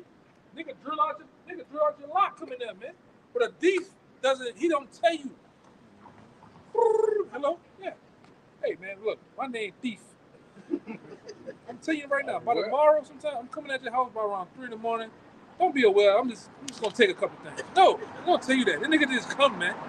That's how the Lord coming. The Lord coming as a thief in the night, unexpectedly. You gonna be doing your shit, doing your regular thing, and then, bam, the Lord gonna crack them goddamn clouds, man. And a lot of you niggas gonna be bucket naked out here, not aware, not ready, none of that shit, man. All right? Go ahead. I got a little more. You got a little more? Yeah. It says, "This said unto me, this is the curse." Zechariah 5:3, that goeth over the face of the whole earth. And that curse, the brother was saying, that's referring to the angels. Yep. Because the curse means to what? To reverse the bless. Yep. The Lord will basically reverse the blessings on America to what? Destroy. Yep. All right? So Jacob looking at he's saying that's a curse. How could that be the angels? Well, the angels is set to destroy this place, man. All right? And he have reversed the blessings on America. That's why it can't. They tell you Jeremiah, that if take bone for her, if she could be healed, she would be healed. In Proverbs 3:33, it tell you, matter of fact, it tell you the curse of Yahweh is in the house of the wicked. So the Lord reversed the blessings on it. Hey, we put up the evil destruction is coming up. We're gonna put up the curses on this place, man. Yeah, we chant down the uprooting Babylon, man. Look at this shit trying to keep Babylon on. All nigga want to do all this. All that stupid shit. All day. All day humping. Humping the air. Humping. All nigga want to do all day. That's the behavior and what you want. What it is, Ryan? Send evil to Babylon. Yeah. Just at the end of the day, that's what the angels is doing. So when you see the signs of the angels, it marks the end of the kingdom. And then the signs are getting more heavier and heavier and heavier. Therefore, he's in what? He's in the curse. The curse of the Lord is in the house of the wicked. It says, and then you got it, bro. Fucking retired Undertaker, man. Watch that nigga, man. They got double barrel shotguns on him, man. He ain't that cold. Yeah, that nigga walking around like Max Payne around this bitch, man. Watch that nigga, bro. You see the... Yeah, he got see that chin? Yeah, no name, look like a starfish. About a chin. Yeah, lift the neck. Yeah, go ahead. Right arm might be a knife. The whole thing just spicy coming under that. You see that shit? Yeah, watch that nigga, man. Lamb-made knife. It says, verse 3. It says, for everyone that stealeth, here you go, brother, you got it back. Yeah, okay. For everyone that stealeth shall be cut off, as on this side according to it, and everyone that sweareth shall be cut off as on the side according to it. I will bring it forth, say Yahweh of hosts, and it shall enter into the house of the thief. Like, because he say on John, 10, he coming to steal, kill, and destroy. So the house of the thief goes back to what? Esau, Edom. All right, it says, and into the house of him that sweareth falsely by my name, and it shall remain in the midst of his house, and shall consume it with the timber thereof and the stones thereof. You got it. God. So just like the brother was saying, just like he was saying that, it's gonna go into the house of the thief, which in fact is Esau, stole every damn thing, robbed every damn body, shed innocent blood, you know what I'm saying? It's gonna remain there. There's gonna be a fire that's gonna kindle there, you know what I'm saying? And one thing about it, the elements and everything will be totally destroyed. You know what I'm saying? The Lord is coming back to wreak havoc, you know what I'm saying? The Lord said, I come not to bring peace but a sword. So when you go in there, sword goes into judgment.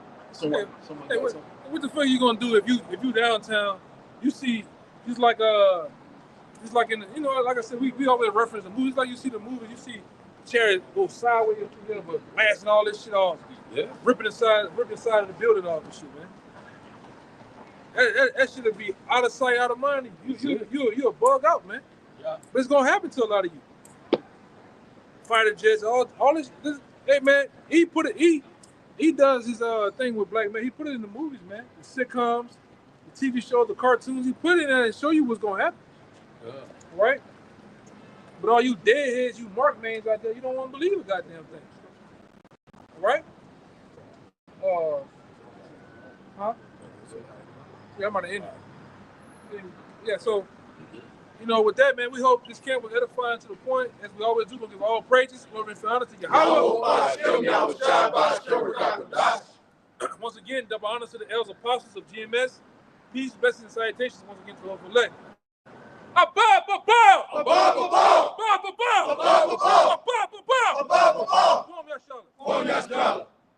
Shalom.